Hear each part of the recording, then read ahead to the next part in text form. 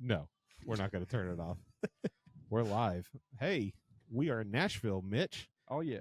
Foamy Heads are in Nashville. Mitch and Rich hanging out on the mics today. It's not just the Foamy Heads hanging out on the mics today. Right, that's right. We've got our partners in crime, the Brewery Underground podcast, also Nashville-based. That's right. Steven Scott. How are you guys? What's up, dude? Cheers, pros, Yeah. fellas. This is awesome. This is freaking awesome. Yeah. This is cool. Two podcasts coming together Hell in yeah. the beer community. Raising everything up. Hey, and we had a we did a collaboration with you guys. We did a happy hour one night. All of us jumped on Yes, on we Instagram did. Live and We had a did. good time. Did, yep. So we know we're getting to know each other quite a bit. Yeah. We run across the same circles a lot. Yeah. We met we met each other at the first time. Of course, I'd known Scott for a day or two, but met you guys at the Preds Fest this year, and we were on your podcast. That was a fun day. That was awesome. Yeah. We worked a little too hard that day and didn't get nearly enough beer. Right when we got to Dark Shadow, they won, and we didn't get any. Yeah. I can't speak for him, but I had enough for you guys that day. You did good. I did good. You Yeah. did really good. Yeah, yeah. Got Steve her worked done. hard. Yeah, We saw you guys working hard. We're like, we'll go drink for them. That's what we did. we're getting Yeah. her done. Leveling the play. You're keeping things the equilibrium in the world. That's right? absolutely right. Like these guys, man, they're pounding it out over here. Let's go help them out by drinking. Let's more go beer. just drink more beer. Please. Doing it Please. for a great The cause. same amount of beer has to be drank. It might as well come from you guys, right? Exactly. Thank We you can very do it. much. Yeah. We can do. You saw it. Well, you saw it first. Yeah, we did good. That was a good time. We were on the floor just kind of hanging out, and everything had already been finished, right, Mitch? We had yeah. interviewed a few people, and we were talking around, and we were just sampling beers. And all of a sudden, like, Scott comes up with like this beer in his hand. He was like, Well, they kept saying, like, people Mitch, kept what's saying- going on? But you admit you'd been talking with Mitch. Yeah, but somebody had said, hey, the Foamy Heads are down there in the end, and we hadn't got that far down there yet, so Yeah. we worked our way, and I was like, well, I'm going to go say hi. Yeah. And then he was somewhere else. I was on the other side, and our friend Brew McCoy, Armando, Yeah. he comes over to me. He's like, Steve. And he's like leading me towards your podcast like I'm some sort of like somebody. And I'm like, okay. We got to wait for Steve, guys. We got to wait Yeah. for Steve to get here. Wait Yeah. for Steve. get away from me, you know. Hey. It was a great time, though. It was Yeah. really good. There's some popping going on. Yeah. That's Yeah. right. It's not our beer either. No, and it may not even be our audio. It could just be my headset's going off. But Well, let's lay out the scene here, guys. We are at Fait in Nashville, and we're sitting on the patio. Yeah. This is freaking cool. We're sitting It's outside. great. This is awesome. This is the first time we've done something, our podcast, and you guys probably have, Mm. but we've never done a podcast outside before in the elements. Yeah. And it's a nice day. We were actually here about a week ago after the really? the Brew Hop Yeah. and Nice. tour. It was raining that day, so we would not have been able to be sitting out here had we been doing that. We actually had to go inside. But Fait La Force, man, this is my third time here. They're Loving killing beer. it, man. What are we all drinking? By They're the way? killing it. So this is the Imperial Menace, which is the Mhm. dark Czech lager. And Yes. from what I understand, I had this a couple of months back and loved it so much I bought a couple of 4-packs to take home. But from what I understand, they're reaching the end of this one. Oh, it's a So shame. we there might be not much of this much longer. So I figured get it while we could. By the Yeah. time you hear this podcast, it'll be gone. It'll definitely be gone. And being that it's Oktoberfest season, we already had their Oktoberfest. Yeah, we started with their Fest beer. Was that Yeah. Season of Fools? Yeah, Season of Fools, Yep. and it was so good. There it is. Mitch Yes. just got it right there. It's such a great color Yeah, too, it's stellar. and lots of flavor. Yes. Yes. one of the best of this style of beer. It's just Fait La Force is killing it. And Yeah. when I came here a couple of weeks ago, it was before Steve and I came just last week, they had 2 Fest beers or 2 Oktoberfest. Oh, I wow. think they had a Marzen in that one. So I don't know if the other one's still up there or not, but man, they were back to back. They were Dude. killer. So Hell yeah. good. Oh, this place is great. Always isn't on the it? lookout for a Yeah. good fest beer or Oktoberfest, during the season. And, it's October now, but, how long is this stuff going to be around? Yeah. Yeah. It's not. And we were talking with I'm trying to remember who we were talking with, Mitch. It came up in conversation, but we were talking about October. It might have been actually conversation with Michelle when we were at Marble Fox talking about Fest beers and Marzens Oh, yeah. and things coming out and like how much earlier these Oktoberfest Yeah. beers are coming out now. And it was a problem because we did the same thing. I think sometime in August we started talking about it and like, shit, by the time the season comes around, it's going to be gone. We can say that we are in the season right now, We're in and we are October. still drinking October. This is what you want. Yes. The, You know, the this is end the of perfect August, weather. the end of August, there's a place in Smyrna called Liquor Junction, and I saw that they already had like the Sierra Nevada Oktoberfest out, and they also had some pumpkin beers out. Now, I'm a well documented Sam Adams Oktoberfest guy. Yes. Love it. Yeah. And the first day it was out. I mean, I'm in like Publix or somewhere, and I'm getting a. But the thing I laughed about too, and I'm like, it's a little early for that. I also saw the pumpkin beers out. Now this is going back. What? This is probably the end of August. And I'm going, it's a little bit too early for pumpkin beers, right? Yeah. Come on. Because they tend to be a little heavier. Yeah. You know, and You want to go with the cooler weather for that. Once I get past my, I'm not sure when I get past my Oktoberfest season because I like it to last till about December. Okay. But it probably won't this year now that I'm doing a podcast and I'm trying to move on and be current and relevant. Right. Well, you can thank Sam Adams for that whole trend of starting early because it used to be like, Boston Lager or something available all year round. But like once they started getting into, they would have Oktoberfest, and then after that they would have Winter Lager. Yeah. But before that, they've got their summer wheat and then their spring beer also. Yeah. So, but the problem with that is probably 10 or 12 years ago, but they ran out of their seasonal beer early, so they brought in Oktoberfest in like mid-July. Oh my God. And people are like, it's 100 degrees outside. Why are we drinking Oktoberfest beers? And then they ran out of it early because they only brew so much, right? So then at that point, they're like, okay, what do we do now? It's like, well, let's release Winter Lager. And I'm like, but it's September. Winter Lager. What are you doing? I'm not ready for that. Yeah. So I'm like conflicted. I go, as a beer drinker, as an Oktoberfest guy, I don't know when I'm supposed to stop drinking Oktoberfest. Right. Should I just go, all right, it's November.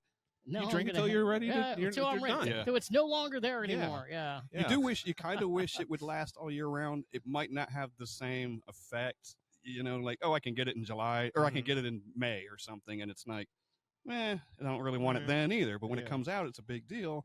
It just goes away too quickly. And these breweries, and we're going to get into the whole like Fait La Force and then the state of it, which is a brilliant topic, by the way, that you guys had thrown out this idea about, getting the state of the craft beer industry. But these breweries that are creating these Marzens and these fest beers and these Oktoberfests are miles above what we used to drink. Oh my God.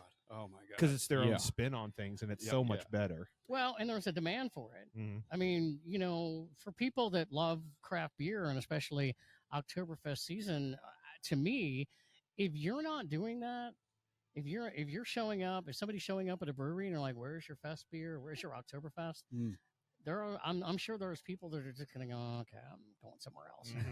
I want to think too, and Oktoberfest beer is always going to be popular, but the popularity of lagers in the past couple years, because they've gotten so much better, at least in my opinion, with the craft beer, that just because they're lagers too, so it just rolls right into it. Yeah. I want that all year long, in some form. Absolutely. And you see this. Ooh, AF8. Is that you, Mitch? What is going on? Number 8 is spiking. Okay. I got number 7. Number 7. Who's 8? Probably me. 925. Is there a ghost in the machine? Yeah, it's Nashville. All these frequencies. Such a great beer, by the way. Ghost in the Machine. I love it. I love Such a great IPA. What number? It's on the green. It might be. It says channel 7, 8. Well, mine's 7. Mine is definitely channel 8. That's me. Is it All you? right. Yeah. Go ahead and just drop in this mic then. It is We'll 100% We'll see me. what happens. I'm going to swap out mics real quick. Technical difficulties. Please stand by. Yeah. True professionals, though, just change it out on the fly. We try, but wireless shit, it's always like hit or miss. Yeah. Like back. there's a little static there. Okay. always It's something. okay. It's okay. I think I'm good. Can you hear me? Yep. You sound good. I'm picking up a little bit of static there. Yeah, a little feedback. Yeah. I could jump back to the I just need to be a little bit careful on the other one. Let's do. Yeah, I probably want to switch back to that one. Okay. If All you all don't mind the pop, I don't mind the pop, but it Nah, just man, sucks it's- in the ear a little bit. But It's yeah. Man, I had a "that's what she said" joke, and I totally like pushed the button and You turned didn't it have a off. microphone. It's too late now. It's too late. Yeah, that's the only thing. That's why we had been carrying wired mics Mhm. in the event of that, but now we've had such great product from this that we just got rid of those and put them into a different bin, Yeah, we got more versatility too with the wireless ones. You can walk around. Steve and Kyle are probably going to break out into a song later. Yeah. Oh yeah, that's going to happen. We'll turn the camera around for them too. Yeah. By the way, we do have some people here, some buddies of ours, Tom Schumacher and Kyle Mask are right here behind us. Welcome, Cheers, fellas. guys. So, Cheers, fellas. Tom's been on our podcast before, at least once. Twice. So Steve brought up a good point, and this is actually a good segue into what we want to talk about today. So the main conversation, and I think we have Parker from Fait La Force is going to be joining us here in a little bit, also head brewer and owner of Fait La Force Brewing out here in Nashville, Tennessee. But interested to get his take on the whole subject. But I think actually, Scott, I think it was you that mentioned it. It was one of you guys that mentioned it when we were in the chat, and we were like, hey, you know what? There's a very uncertain scene right now in the craft beer industry, and it was hitting. I don't know what the last straw was that gave me that idea, but it was like, not these guys too. It probably was Panther Creek. It was like, okay, that's enough. Yeah. And we all know them and love those guys, and it was like, okay, so somebody's got to say something or just talk about it, and not that we're going to solve anything, but man, it sucks. It's good conversation for not people, but podcasts to talk about also, because it shines light on this situation that when people are just going out and drinking beer and they're like, oh, I'm going to pick up this, and I've heard it from time and time again, oh, those guys just aren't doing anything, like, they're not doing anything groundbreaking, or they're not doing this, and it's like, but that doesn't always need to be the case. No, it's kind of unfair. Yeah. Yep. And when you've heard it before, I've heard it before, when a brewery closes, you hear people go, oh, well, man, it sucks, but like, I kind of get it. I hadn't been there in a while and things like that. Yeah. And that's okay. Maybe it's not your style of beer. Yep. Depending on, I think one of the conversations, the topics that we threw around was the whole, like, location and where you are, how much competition you have, kind of depends on how creative you have to get, but nothing wrong with just creating a good premium lager. Right. Yeah. And you would, because you live in Murfreesboro, and I live in Rutherford County as well. And, you mentioned Panther. I hate that they're going out of business. Right. And they're still going to sell their beer at various places, but the fact that we can't go to the physical location stinks. And then, what's the other one? Mayday. Thank you. They're going. Yeah. So, but you think about over the last like 5-6 months, there's been a couple of places that moved in. Mr. Brews has moved in. That's a tap room. I've been there probably 3 or 4 times. I like the place. I'm not taking my dollars away from anybody. Right. But, there's probably other people that, maybe I'm going to go there. And then Tailgate has moved into Murfreesboro too. So even though Murfreesboro is growing, is it growing enough to sustain a lot of new breweries? I don't know. Middle Ground opened in the past year. It seems they just celebrated their 1-year anniversary. Seems like they're doing well. We've been there, want to go back and support them again. And we've talked about this too amongst ourselves. It's spreading the dollar, but it's also, and I didn't think about it that way. When Steve and I make a Murfreesboro trek, right, we'll leave Nashville and we hit them all. Like, our plan is to hit everybody and spread that around. But I guess if you live in a town or live in a Murfreesboro and I've got one I'm going to pick that's close to my house, that's the only one I'm going to go to. So and didn't want to leave out Cedar Glade, by the way. Yeah, because they're Cedar doing Glade, some good stuff. Those guys are awesome. It's not just, and I think we can dive into it more, but it's not just business too. I think there are other extenuating circumstances in some of these that we're talking about. Mayday, I think, has a different issue. Yeah.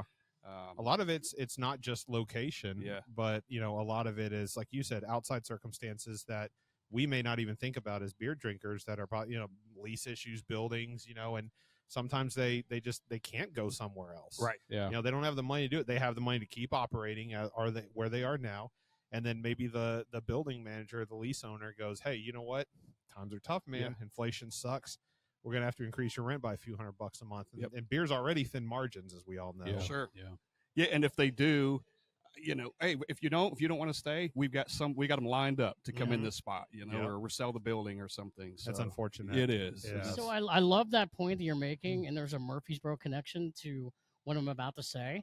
So I used to work downtown off of like the Mumbrian, and there was a sub place there, not a beer place, it was just sub, but still local, right? There was a place called Sub Stop, and it was a pink building. They had the greatest. Oh my gosh, you remember that place? Yeah. Greatest subs. When I moved, when I moved to town and I was working off like Music Row, we'd go down there about once a week. Yeah. And then this is probably going back about 10 years. They raised the rent because I think the landlord probably wanted to put up like a big hotel or whatever they want to do. So they went out of business. They actually opened up for a brief period of time in Murfreesboro. Oh, yeah, a couple of years ago. It was around like the. Where was it? Oh, I think it was it's around near the square. It was around Was the square, it? maybe Church Street. Okay. But Yeah. they weren't there for maybe a year. I mean, Oh, I it went didn't down. last. Yeah, I went down Ah. there twice, and I was like, But I guess the point being, that's something that maybe, as you say, we don't always think about. It is the business side of things where maybe they don't own the building, and whoever Right. owns the building is raising the rent.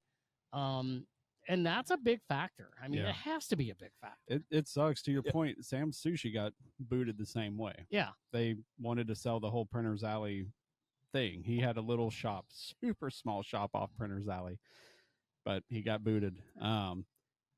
Same with JJ's, J&J's. I think it was a market. Yeah. It's got sort of a history to my youth, but anyway, there's a lot of places like that, especially in Nashville. Steve, I it's think really you're right too. I unfortunate. think if an owner of a building sees a success and Yeah. brewery's doing well, they're doing well. Let's jack them up. Yeah. I mean, like, there's somebody. They're busy all the time. Maybe there's Yeah. something Right. like that. Oh, Right. just because they look like they're successful, it's just No good deed goes unpunished. that's it. Oh, they're thriving. They can afford it. Let's jack them up. Yeah.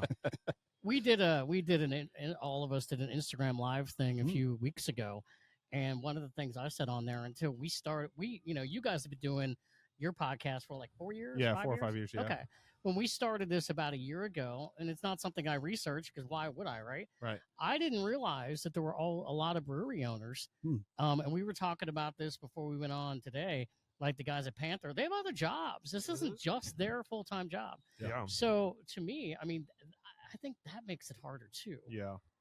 I mean, because they're trying to make a living at this, but Do their passion at the same time, and Yeah. in hopes that that's going to take over. is there enough capital? I mean, there's so many things involved. Yeah. And go ahead, Mitch. I've got such mixed feelings about why the breweries are closing in Murfreesboro. I mean, we all know why. End of the day, kind of like there's just not enough money being moved around to Yeah. them. But it's a college town. But I know the market sucks, Yeah. and there's other ready-made cocktails, seltzers, and THC drinks, and all sorts of stuff available now that I'm sure young people are way more, into at the moment. But I just don't understand how Murfreesboro can't hold on to their craft beer breweries. I Yeah. don't get it. What is the real issue here, other than just the dollar today, of course, doesn't I go think as that- far as yeah. it used to, but I think that we has- all feel that. Yeah. But That's so. I obviously I'm not an expert yeah, on the economy, but It- I think that's one of the reasons. One of the reasons is you have the same amount of money. Companies aren't giving out bonuses and raises, right? But on top of that, everything's more expensive. Back during the lockdown days, BC before COVID, like in March of 2020, when the whole country just was like forced to go indoors, and they dropped interest rates all the way down to zero, and they said we're just going to start printing tendies for everybody, yeah. right? So like people were getting $1,000 like free money and I mean, just like to do whatever went they to beer. want. Yeah, it Yeah. went to beer. But that was the point though, right? The point was to like stimulate and boost the Yes, economy. Yep. So you have all of this money and this cheap money and loans that people are taking, PPP loans and borrowing money at 0% interest rates, and people were either laid off from their job or they were furloughed or they were working at home, and the expectation of them was just kind of keep the lights on and not really like not show up and show out for their job. So what did they do? They started pursuing their passion and their hobby. They were opening up breweries and breweries that, had just opened went, well, I don't have enough money to rent a space, but I do have enough money to like brew beer. So I will say one thing about Panther though, that they were one of the most active breweries. yeah, There Yep. wasn't a there's week. always something going on in the Yes. patio. Yeah. Yes. Yeah. Yeah. They did not sit on their hands. No. Uh-uh. And they make great beer. Yeah. From day one, because they opened during COVID, but they they are in Rutherford County. So compared to Davidson County, they could stay open, or they're when things were closed down here, so you could go out there. And we went out there at one time, and they were just getting started. Like, these guys are going to do well. The conversation, I'll never forget it. We left and we went in there, and I can't remember who was tending bar, but he said, we're getting a lot of people that are coming down here from Davidson County, which is Nashville for people that are listening out of state, during COVID. So there was a lot of restrictions. There wasn't as many in the other county. Yeah. So people were coming in. And then when we went in there, I think they had maybe 3 or 4 beers on tap. And I remember leaving, and Scott goes, did you really like that place or not? And I said, damn right I did. I said, let me tell you something. They opened during a pandemic. I want to see these people. I want to see these guys succeed. Just succeed. Yeah. And as you just said a minute ago, Scott, over the last couple of years, 2 years ago, you go in there, and up until the time that they're going to close, Saturday nights you go in there, and they've got certainly they've got music outside and all that other kind of stuff. So they've been trying. Yeah, they really have. And that's the whole point, is you've got these guys that have been grinding day in and day out from day one, when the opportunity was to be able, like, I would argue that they put in way more effort than a lot of other people pursuing that passion did. Like Mitch said, day in and day out, there's always something going on. They were there, they were present. When you go in there, you would see those guys in there, and you see them at Beer Fest. They're there people had money, and they were spending it and things like that, and because they didn't have a lot to do, they were going to hit breweries. So you had 0% interest loans, you had PPP loans that you may or may not have had to pay back. So you had this like booming economy time when it was just anything goes. And now you fast forward, Parker came in at exactly the right time. Man. Like this is perfect. Parker with Fait LaForce Brewing. Good to see you. How's it going? I'll tell you, I would keep an eye on these, because they're probably going to turn skunky so fast. You guys are sitting in the sun. All right, okay, this one right here. Into the shades, or is it getting hotter over there for you guys? A little bit. Yeah, it's outside. It's all good though. But it's a good point. You came in at the right time, because we had just transitioned from going from like where people were getting like all kinds of cheap free money, and people were spending money on beers, and all of a sudden, and now we need some of that free money. Yeah, well, sorry, man. I think those days are over right now, because we're now in that stage where we're tightening, right? I've got like, we all make the same amount of money every year, maybe less, but because it's not worth as much anymore, I have $1 that now, instead of 4 breweries, I have to spend more on groceries and keep that. So maybe I can only go to 2 breweries or 3 breweries, or I have to buy a beer that, one less beer. And that affects people like Parker. Yeah. And that affects Fait LaForce, and that affects all these breweries. Yeah. It's funny. I was actually, so I was inside working on our brewery financials, because it's the 4th. So end of the month kind of thing. So going over from September, and also CBC back in May, they have like the state of the craft beer report. And so I was kind of looking through some of those numbers, and there was a whole section covering, exactly that. Basically, when you look at the numbers, they're kind of saying not only they have a chart that kind of shows the number of people who are saying they're drinking more craft beer right now, or people who are drinking less craft beer. And for the last, 10 years, it's kind of been more craft beer is higher, less craft beer is lower, but those two charts are sort of converging. They're converging. And they're just now hitting a point where essentially an equal amount of people are saying they're drinking more as drinking less. Yeah. And then they're also looking at the amount of like occasions that people who are drinking craft beer, like how often are you drinking? And people are kind of saying they're drinking less or spending less.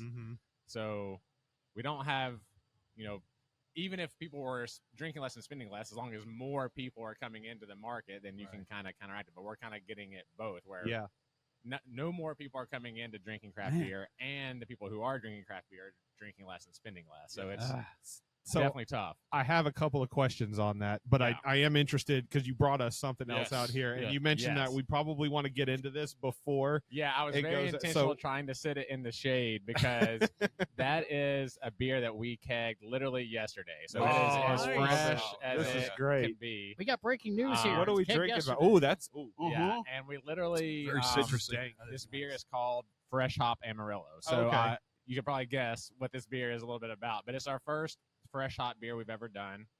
And that's because Crosby Hops this year kind of came out with a new product called CGX. It's cryogenically frozen fresh hops. So Interesting. we're a little too small to be able to do like a wet hop beer, like get it right off the vine, shipped to us that quickly. Right. There are a lot of breweries in town that are doing that. I know Bearded Iris got a ton of fresh hops this year, and I think I actually ordered so much they were selling some off to some other breweries. Oh, wow. So there's probably going to be quite a few fresh hop beers coming out.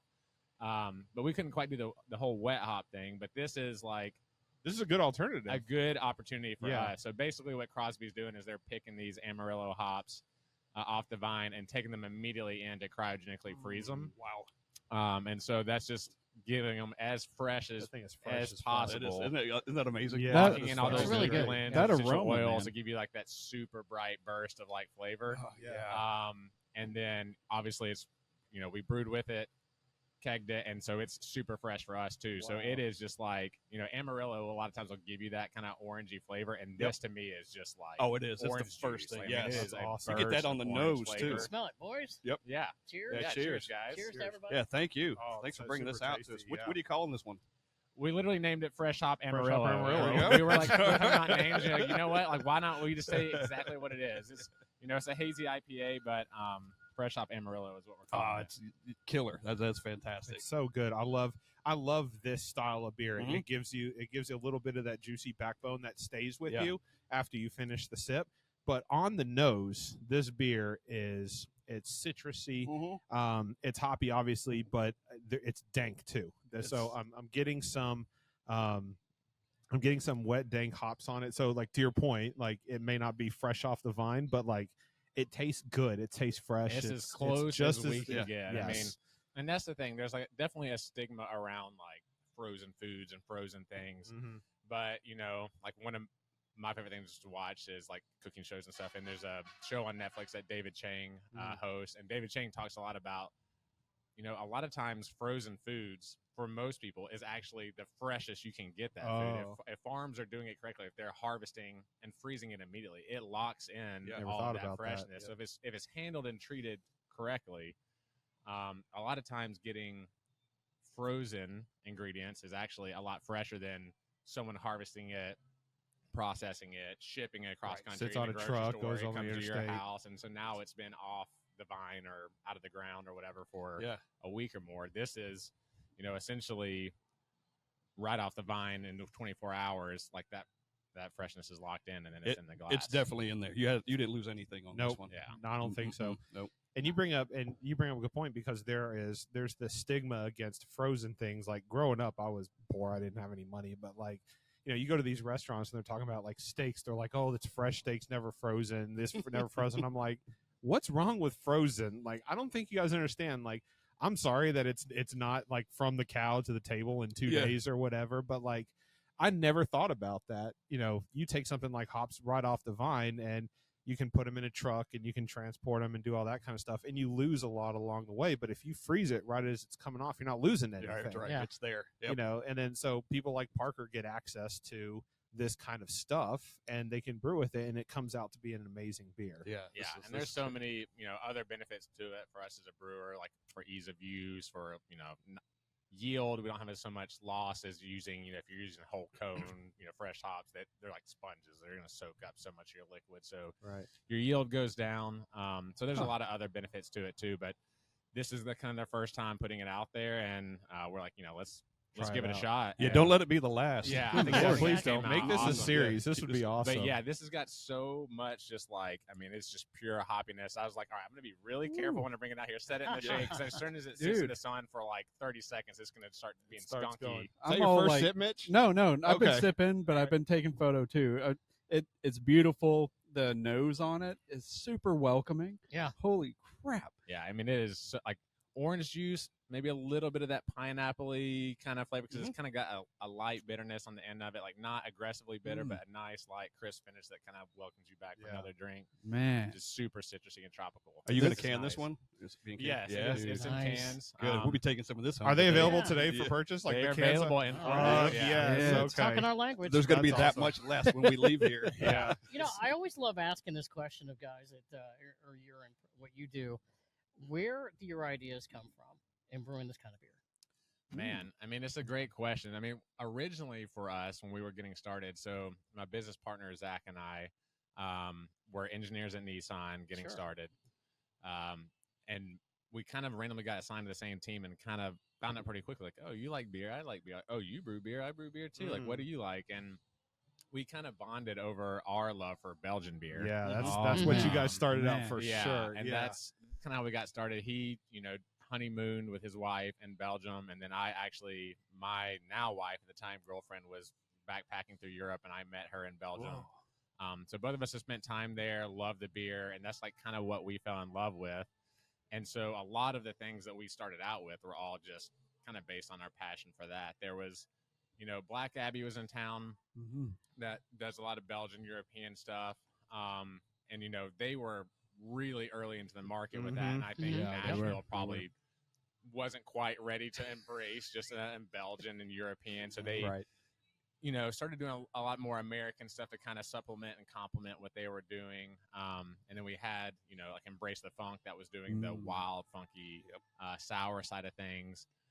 And so we were wanting to come in and kind of like really put more of an emphasis. I think originally our plan was to kind of do some more wild, funky sour, and then Brewing opened while we were business planning, and we were like, "Holy cow, these guys are killing!" That's tough, man. They're good at what they do too, man. I love Brewing. So we realized like, okay, they've got that nailed. We don't, Nashville has got that now. We don't need to come in and do any more of it. So let's really focus more on the clean side of things. Sure. And for the space that we've got, it really just makes more sense for us. Like, if you've been here, we don't have room for barrels back there. Right. Every brewery tour I do, people are like, "Oh, you're gonna barrel age stuff," and my answer is always, as soon as you can find me space to put a barrel back here, I'll do it.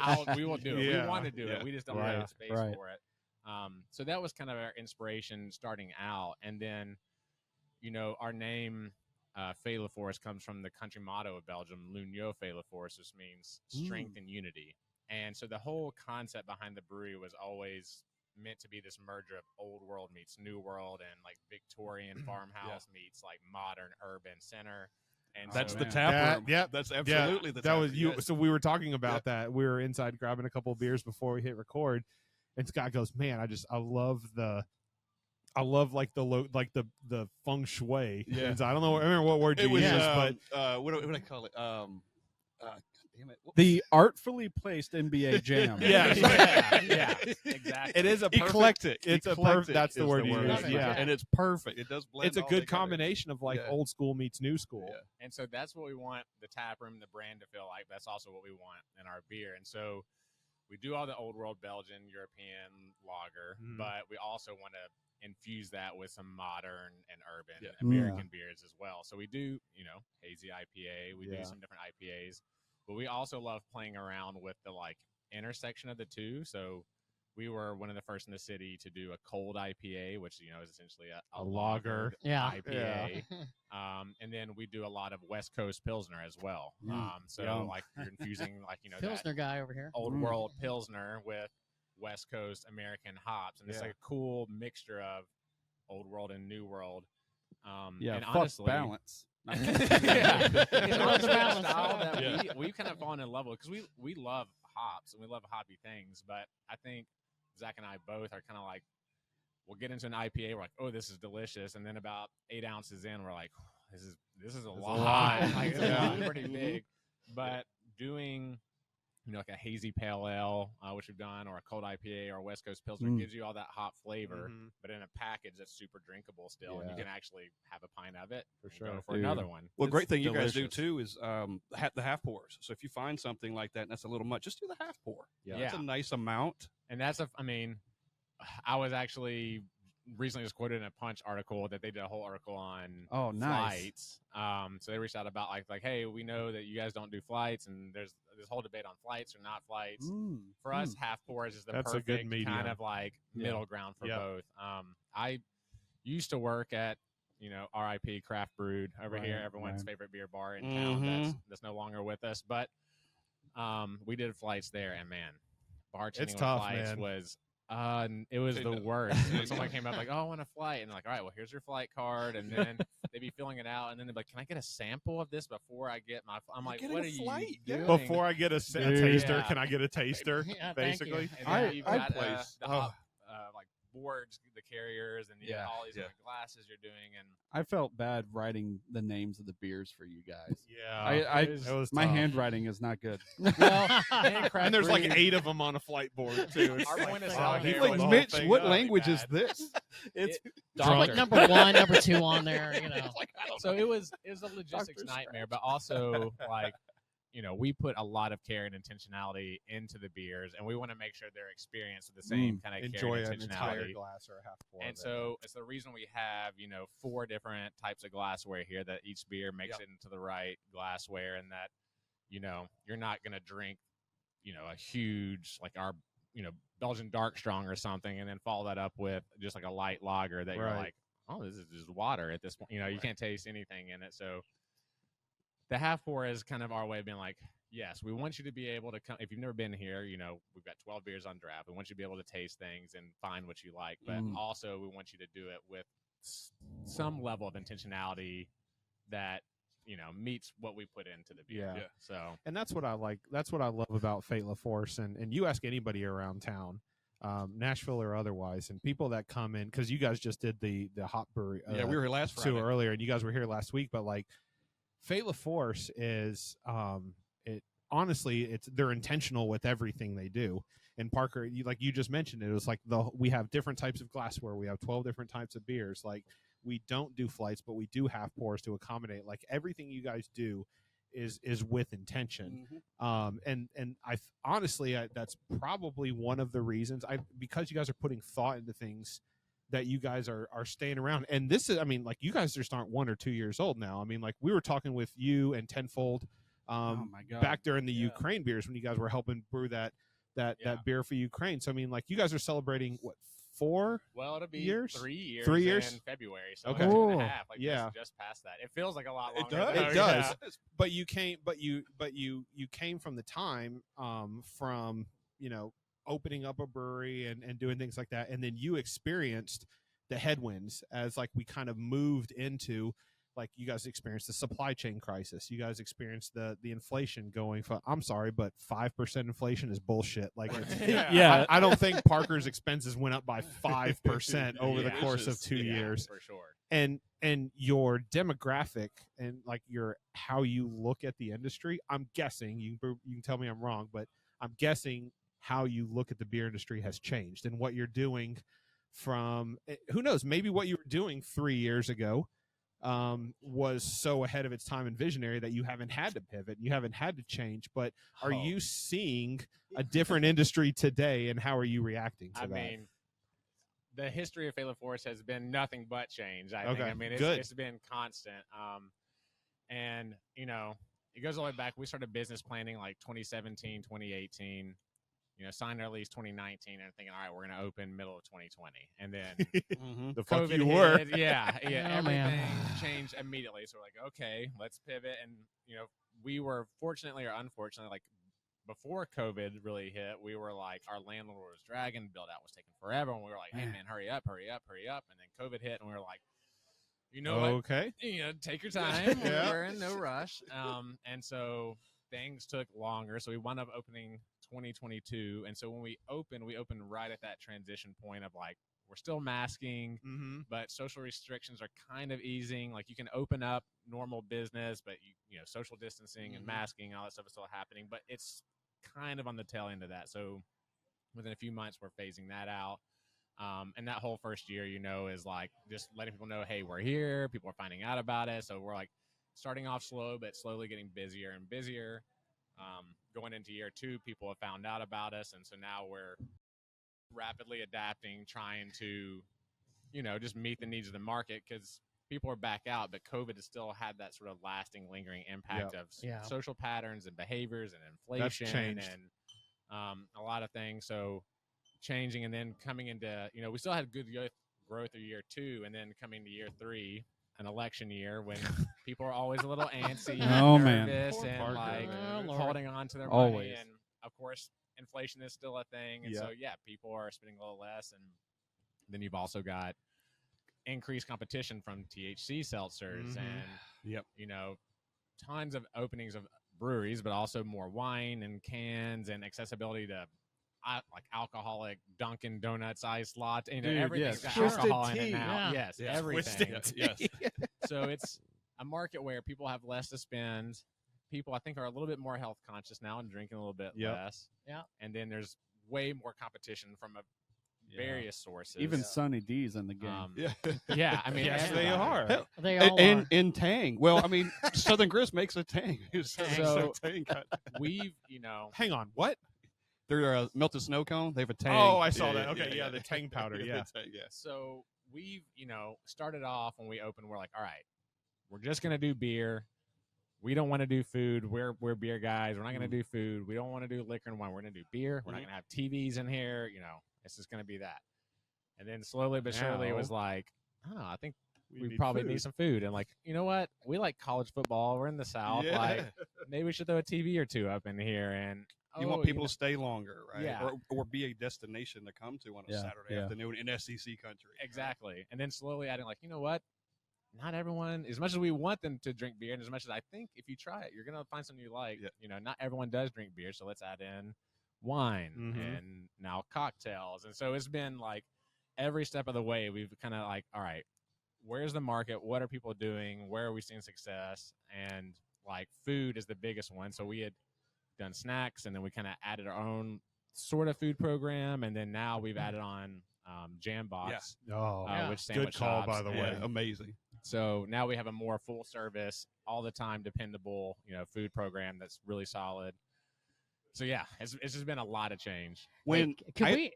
can we talk about, because you were just describing a little bit about the inside of Fait La Force. There is no other brewery in Nashville that you go into that looks like your brewery. Nope. Can That's you true. describe Good point. can you describe the inside and the thought process For of sure. what's behind it?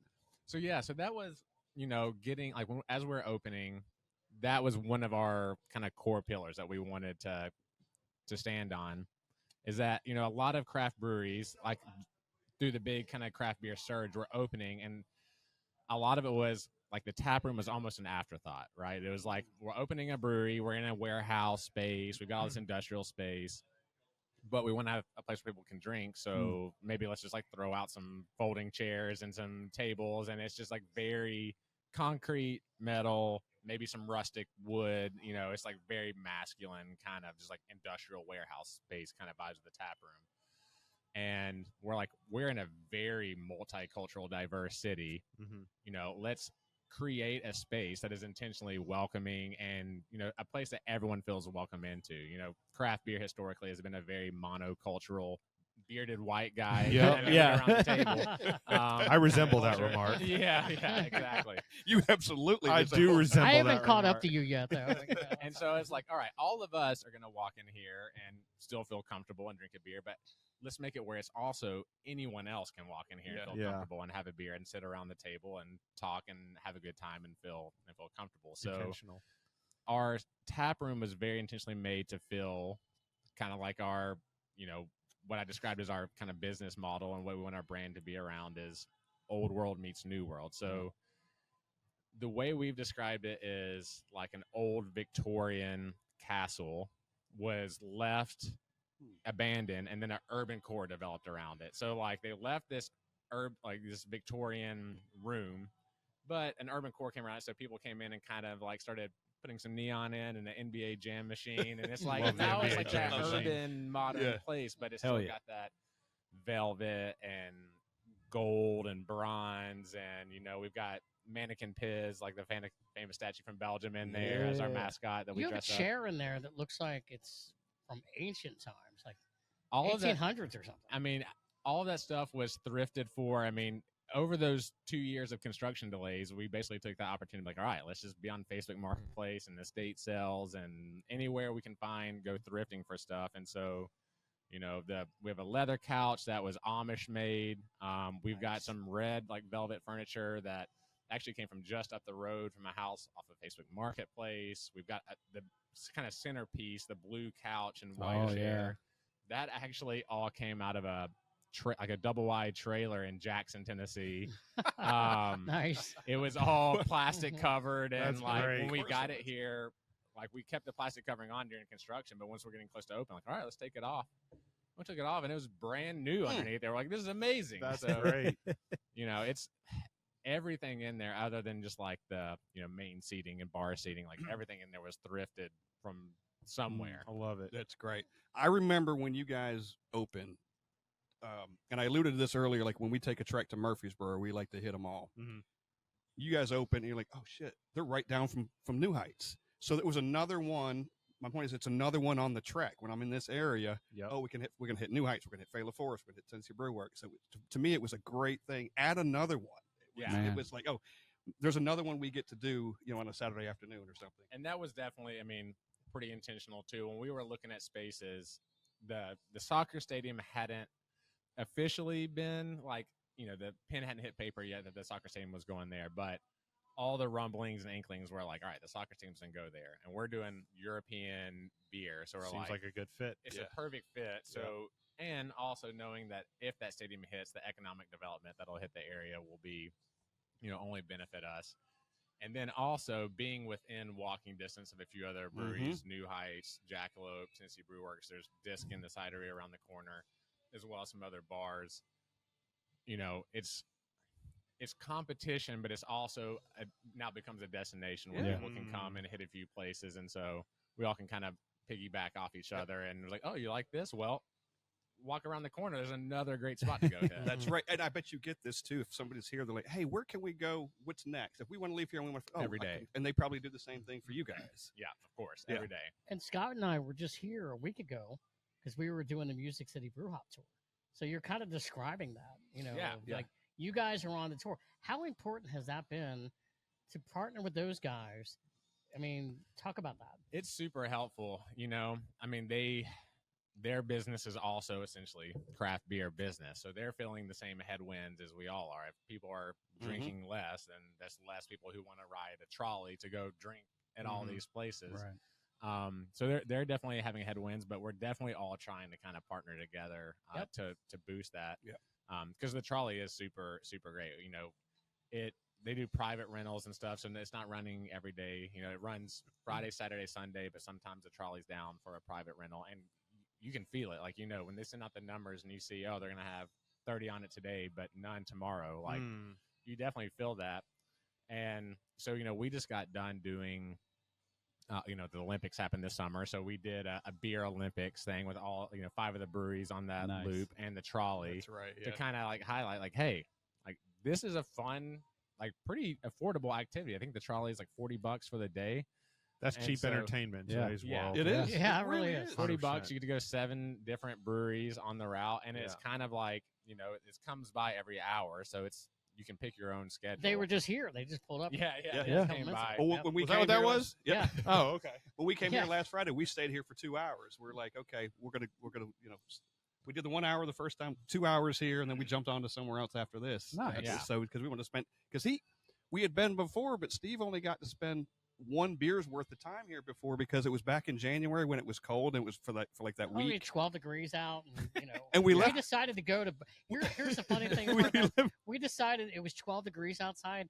Let's go to Barrique. We went to Barrique. Yeah, nice. The only unconditioned brewery in the What city. the heck are we doing? And then we went, and then we came It's here. every bit as cold and it was inside as like, it is "It's- outside. It's cold everywhere Yes. today, and I was like, "Why are we?" Right. So we did But that. the beer is worth it, though. But the Yes. beer was worth Yeah. it. Yeah, it was still worth it to get out, but it was like, Well, it was the cold. Friday of that week. We were Yeah. itching to get the hell out of the house. We could finally, drive out of the neighborhood Mm-hmm. because it had been ice. And then we did that. And let's go somewhere inside. And it was just as cold because of, just because it was just so cold outside. Yeah. Honestly, We had felt one. like we were at a football game, and nobody's house was warm then. 'cause It's like you kind of got to earn it, though. Like Joel and Spencer are doing the Lord's work over there, Yeah. making Yeah. some beer. And so it's like, okay, I got to like suffer through a little cold or Yeah. heat, whatever the Right. temperature is outside. Yep. You're going to get it a little bit inside too. But once you get Exactly. that beer, you're like, all right, It it's, is. it's worth Yeah. it. It is worth it. It Yeah. absolutely is. I do want to circle back to one thing I said earlier. I was like, fuck balance because it's West Coast and Belgian.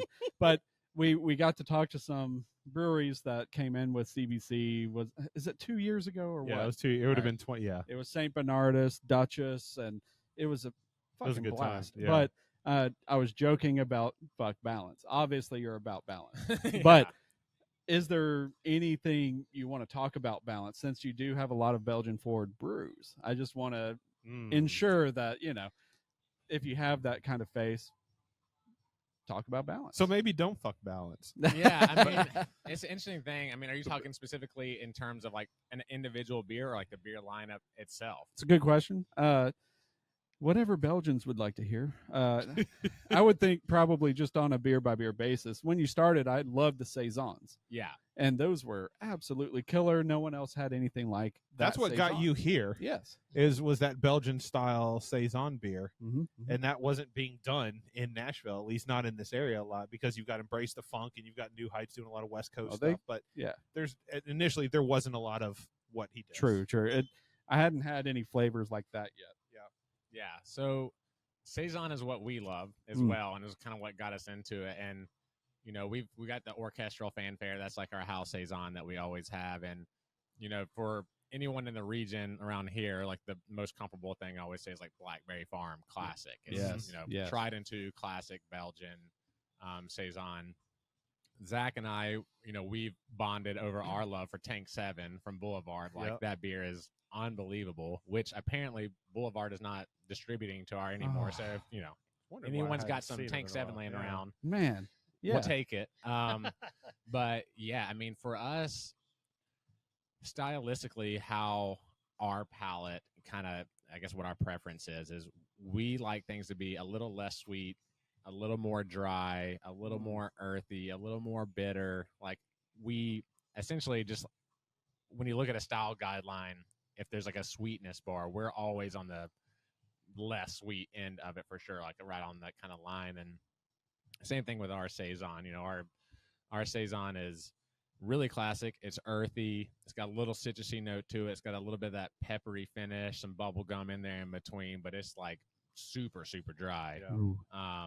And it's, we definitely are striving for balance in there between, like we don't want it to be like just dry, bitter, earthy, like just only one note. We definitely want to have a lot of things that complement each other in there. But, at least for us, it's probably not the typical American palate. Like the typical American palate probably leans a little sweeter, but we are kind of like, all right, let's pull it back a little bit and go for that more dry beer, because I mean we think it's just a lot more drinkable that way. You can have a few more of it. It invites you back for more, and that's really what we like. And we've done a few different iterations of Saison. Orchestral fanfares are like house, like classic, that's our flagship Saison. And then we'll do different dry hop iterations of it. And then we've got a rye Saison we do a lot in the fall.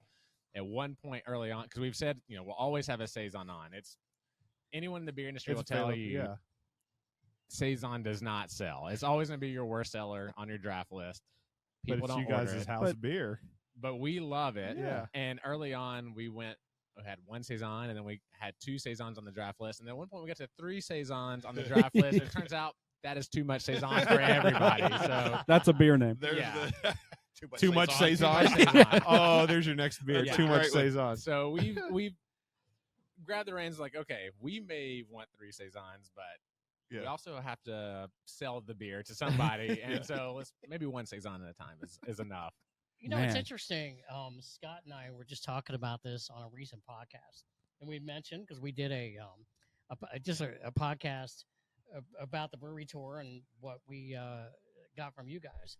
And one of the things I said was, and I think it kind of leads into what you're saying, and we all know that drinking beer is subjective. Everybody has different things. But what would you get on a flight? What would you get on a pint? And what would you get on a 6-pack? And I feel like what you all do, if you're into, typical beer, you're not into like the sours or whatever, which is okay. I think that I would get what I like from you guys. I would get on a 6-pack. Oh yeah, absolutely. As in, like we said with the Imperial Menace, we're taking some of that. We're taking some home, and then the one he just brought the out. Wet Hot, Yes, we're taking some of that home. Yes. Yeah, the Imperial Menace, that one this year. So that's the second time we've done that beer, and it's like kind of like our Star Wars beer. So we're at the very tail end of that batch now. But man, that beer, and then as well like the Mahogany Hall, our Doppelbock that we do, both of those beers this year when we tried them for the first time off the tanks and they finished, we were like, whoa, like these came out and nice Yeah, this year. man. And we kept drinking them like, holy smokes. And then we wound up sending both those beers to Craft Beer and Brewing for review, and both of those got placed in the magazine and got a review. Wow. And they were each of them. This is also kind of a running joke, but each of them was the second highest scoring beers in their category. They both got 93s, and the highest scoring beers in each of those categories was a 94. Oh, And they just barely knocked out. Wow. And when you look at the way they scored, we get the they do it by half points, but when they publish it, they only do like the whole points. Well, we were a half point, really less, and it's always a running joke with Zach that he's always the bridesmaid, never the bride. Like he brews these beers that are always like just whatever it was. We've looked back, and I think it was with the Doppelbock. Like there hadn't been a Doppelbock that had scored even like maybe 89, 90 was like the highest ever, like in the history of the magazine. And this one scored a 93. That's awesome. But in the same magazine, there happened to be one that scored a 94 that was from Soul and Spirits in Memphis. And we're like, of course. Come on, man. of course. The one time, Yeah, right? yeah. You guys got beat out. But it was by half a It's always point. a funny thing, but Yeah. like everyone's out there, it's an honor to even. Hey, man, get take those pride in back. your Yeah. 93, that though. is amazing. Yeah. You know what I'm Yeah, saying? So we were super excited about it. Hey, somebody, take their out off the knees next year and then resubmit yours. So it's just yours. Yeah. I mean, I don't know what we got to do to get that man a gold medal, but it's going to happen. Question real quick. Is it okay if we share something with you and even anyone working today? Yeah, totally. Cool. I got two All of right. them for us. Right on. So I'll just go ahead and start opening one, Yeah. and then we'll just reserve a little bit left in that bottle so that we can take it to the front of house. Do you need me to get fresh glasses or anything, or we go to what we got? Well, I mean, that would be better. I'll I take guess, fresh wouldn't it? glasses. Yeah. Okay. All right. I'll go get fresh glasses, and you guys, I don't know, talk about whatever. All right. Yeah. All right. We're good at talking about whatever. Which is beer mostly. Yeah. You guys, you want to talk about there's a few more issues and possibly, and one of them's kind of funny, but not, and why some of these brewers are closing. So have you heard of Hicks Farms out of Cookeville? Mhm. Oh yeah. And I had forgotten when I was doing research for this podcast, I'd kind of forgotten why they aren't in business anymore. Okay.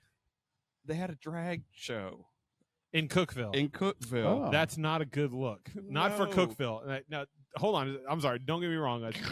It's all about inclusivity and being I open, agree, whatever. I agree. But you also have to cater to your audience. Right. And Cookeville does not seem like that kind of audience. Right. Well, I Yeah. mean, it's Tennessee. You gotta We have a Consider your audience. yeah. We do have a governor that is against drag shows, Right. right? Across the board. So again, I'm not forming an opinion either way, but that was the reason, and the community did not like that. Or Mhm. some of the community did not like that, and they got them shut down. So it was basically a boycott. Yeah. That's one. You're right. We didn't talk about that. The whole it's a money issue where like people's like it's inflationary or supply chain, and people just can't afford to stay open anymore because of economical headwinds, or maybe money wasn't as cheap as it used to be. Didn't even consider the fact that it was people were basically intentionally not going there anymore. Right. They just got like I think to your point, that area might not be the best fit for that. You could probably get away with it in Nashville, I'm guessing, in some places. I mean, you'll Certain pockets in Nashville, Yeah. absolutely. you'll you still have could. resistance, Yeah. of course, but you That's a probably good point. survive. Yeah, didn't even think about that. And Nashville is growing in terms of like Nashville's a melting pot. It always has been Yep. a melting pot. There's this whole like, Nashville's about country music, and people, you can obviously tell who's from Nashville and who's visiting Nashville. The people Yeah. that are from Nashville are not wearing cowboy hats and spurs in their boots. That's right. They're not even wearing boots. They're dressed like Parker. They're dressed like me. We're wearing That's- t-shirts and like Or probably way more khaki hip shorts, than or us. probably probably that's a it. little bit more hip than us. Yep. But like people in Nashville are not dressing like cowboys. Nope. We don't Nashville's a melting pot. we don't woo. We don't woo. Which, speaking of how people are dressed, I got to say, anyone at home watching or listening needs to know that these two guys are absolute, just like I know. legends over here, suffering through Black black shirts. t-shirts in the Shirts, sun, hats. just suffering. Just getting Like they're being quiet and haven't said anything about it, but I know deep down inside they're like, oh, Just getting the front sweat. struggle. The struggle bus Yeah. is real right now. they haven't slowed down a bit though, have Nope. Well, we're drinking beer which has water and vegetables, because hop comes from a plant, That's which right. is a salad, which is a vegetable. So in essence, we're being healthy today. Malt too also Malt is a too. vegetable. Yeah. It all comes from the big man upstairs, Yes. which obviously if he made it, then it must be good It's a for you. big cycle. Big Yeah. cycle. Thank What you, are we sir. drinking? Yeah, This what is Mitch has this? got. Funk over here. This looks like an ETF. He's pouring something very, very good looking. Yeah, I should have pulled up the email to talk better about it. But this is one of Brandon's things down in Yazoo, Future Nostalgia, Volume 1. And I've got Volume 2 here. 2. Wow.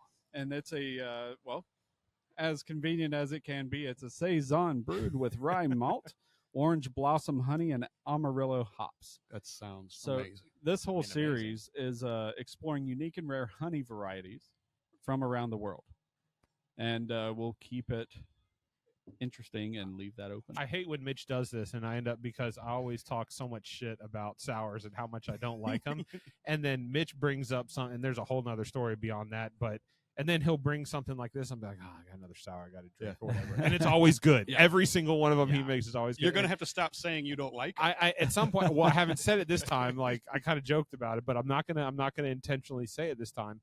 But shouts out to Brandon because his embrace of funk, like he's doing the Lord's work over Yeah, there. no doubt. I was about to say, like, killer. I haven't even taken a sip yet, but it smells Smells like, amazing. Yep, I mean, it Yeah. definitely does. it smells super nice and floral. Oh, it's the right Little temperature to drink orange. too. Oh, man. What? Man. Have you guys had to change some of the styles that you make or the number of stuff because of the market? And we can't, man. I know you said you can't have 3 Saisons on anymore, but have you had to kind of curb some of the styles that you make because of the market? First of all, I got to say, this beer is crazy good. What? This is phenomenal. Yeah. Kudos to Brandon. 'Cause Dang. That guy can make some beer.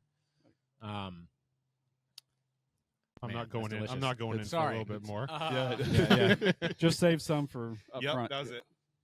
Yeah, I mean, that's nice, dry, floral. Honey. It's got, Sweet definitely notes. got Yeah. that orange, like a Mm. little bit of like a nice spice note to it, but super subtle. That's really Brandon's good. Brandon's another one of those intentional guys when he makes something. Like his Embrace the Funk program is always done with purpose. Everything he does, there's always a reason behind what he does.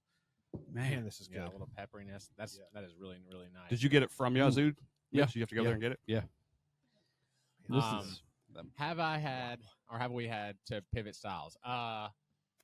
Yes, a little bit, but we still have kind of like our core. We do our lager, Saison, Belgian Golden, so we have those, and then we have our rotators that we come back with. So, Saucy Ballerina, our Belgian triple, we just put on draft this week, and we'll always do it, and that has been probably the brand that's had the most like kind of surprising success for us is. A Belgian triple, we like it, and we wanted to keep making it, but we didn't really expect it to get the traction that it got. People have really latched onto that beer and really enjoy it. So we're gonna keep making it and probably try and put a little bit more emphasis into that brand because people have taken hold of it, and that's the kind of beers we want to be about. But also, we are in the process of kind of transitioning to trying to do a little bit more hoppy stuff. We're still going to be, lager, European heavy, but in the past, so this past winter, we put in a couple new tanks. We hired a new brewer full time, ironically also named Zach. So our brewers are Zach and Zach. Zach and Zach. Nice. So if you ever see someone in the back of the brew house when you're, visiting the tap room, just say, "Hey, Zach." Hey, Zach. Someone's You're gonna gonna answer. get it Someone's right. gonna Yeah. answer. Yeah. So we added new tanks, had a new brewer, and then we also added the canning line. So we have a canning machine. And in the past, we hadn't distributed any of our hoppy beers. So that means anytime we would brew an IPA, anything hoppy, we're selling 100% of it through our tap room through draft. Yep. And as everyone knows, hoppy beers do not age as gracefully as other beer styles do. So that kind of limited us to where, IPAs are always kind of like the number one selling style. And so they sell through quick, but if the whole batch is going through our draft lines, like by the end of that batch, like it's starting to get at that point where it's aging out and you want it, to get off the draft line. So if you have one IPA, that's fine. If you do 2 IPAs, now those cells are each split in half, so they take twice as long to sell. So they're going to sit on draft as long, and that's going to get old. Now that we've got a canning line, we have a whole nother sales channel to put some of that beer through, so we can go through that beer a little bit quicker. And we're going to try and start distributing just a little bit, like not a lot, but just a few sixtels maybe of that beer to help kind of move it quicker. And that will allow us to do a little bit more hoppy stuff. So instead of having 1 or 0 IPAs on the time, we can have two or 1, like that, because that was our problem always, was like we only have 1 IPA on. If it kicks before our next batch is ready, then we got none. And then you get people coming in leaving reviews like, this brewery doesn't have any IPA. What kind of craft brewery is this? And we're like, look, that's not what we like. That's not what our specialty is. Right. But we get that people like hoppy beers. We like hoppy beers too. So adding all this stuff and all these different sales channels allows us now to where we can have 2. So if 1 kicks, you still got another one there, and then we'll add a second one back. And so we're going to try and have maybe 2 different IPAs, maybe like a hazy IPA like we just had, a West Coast IPA, so you get 2 different styles. And then, some of the infusion beers I was talking about where it's like a West Coast Pilsner or, like a hoppy lager or a hoppy Belgian ale or, have our own different spin on hops, some classic American hops, but also some lager or Belgian hops as well. And if you decide to put some of that through the canning channel, right, there's not as much at the tap room, so you can drink that beer fresher and go through it faster without having to hold up a keg or hold up a tap. That makes sense. I was here a few weeks ago, and you had 2 Oktoberfests on. And I know you still got one. I don't know if you still have both up there or not, but the Marzen and the Fest beer, they back-to-back were killer. And, sat right out here. I guess maybe not technically an Oktoberfest style, but definitely a German Oktoberfest. The style you'll find at Oktoberfest is our Helles, too. So we put all 3 of those out kind of in Oktoberfest, and we still got all 3 of them on. That Marzen color on that thing was amazing. Scott kind of read my mind on that. We were talking about before you came on. What's really the demand? I mean, every year Oktoberfest season comes. Do you guys feel like you got to have it? Because if you don't, you're not keeping up with what people are wanting. Well, one, we love, like, these are the styles that, like, Zach loves Fest beer. Same here. Yep. That was his thing. I love Märzen. Zach 1 or Zach 2? Zach 1. Zach 1. Okay. Zach 1. And so first Zach 2 probably Oktoberfest, likes Fest beers too because he brews them. Yeah. Zach 2 came from Bearded Iris. So like, we blame all the all the hoppy beers. Zach 2. Come on, Zach 2, yeah. That makes perfect sense. Nice. Yeah. But excuse me. First Oktoberfest year, we only did the Fest beer because Zach was like, Märzen's old. Like, everyone is Fest beer now. They don't even do Märzen in Germany anymore. It's all Fest beer. And I was like, but Märzen's delicious. We should do it. We should still I don't know. So we did that. Second year is like, all right, we'll do a Märzen too. So we did both, and the Helles as well. And those are just the beers that we really love to drink. And so, like, this is our favorite time of year. You get Oktoberfest style beers, you get a lot of good German lager, and then it's also hop harvest season, so you get all this like fresh and wet hop beer, and it's just like, I mean, what more can you ask for? Exactly. But on the consumer side, like, if you look at our tap room sales right now, like, first, best selling beer right now is Best beer. Second one is like Märzen, and third one is, and it's just all of those beers are just crushing. You know, like, right. So it makes sense to brew those. Tis the season, Yeah, absolutely. Well, and I always ask this question: when does it start and when does it end? What do you think? So, Oktoberfest this year, I think, kicked off on like September 16th or something like that. Middle of September ish, and then this Sunday is the last day of official Oktoberfest. And this is something that we have tinkered around with too, because it's like, ideally we just put our Oktoberfest beers out on the first day of Oktoberfest, and then like by middle of October, done by the end of October. Yeah, they're gone. Yeah. But you're making a full batch of beer. You gotta sell through. And generally, kind of once if you wait that late to put it out there, then by the middle of October, like, oh my gosh, so December rolls around, because at the end of October, people have moved on to other beers. Right. Winter so lagers, any beer you got, pumpkin beers, pumpkin it stout. just hangs around. Yeah. So you get here in December, and you're like, what are we gonna do with all this Märzen and Fest beer?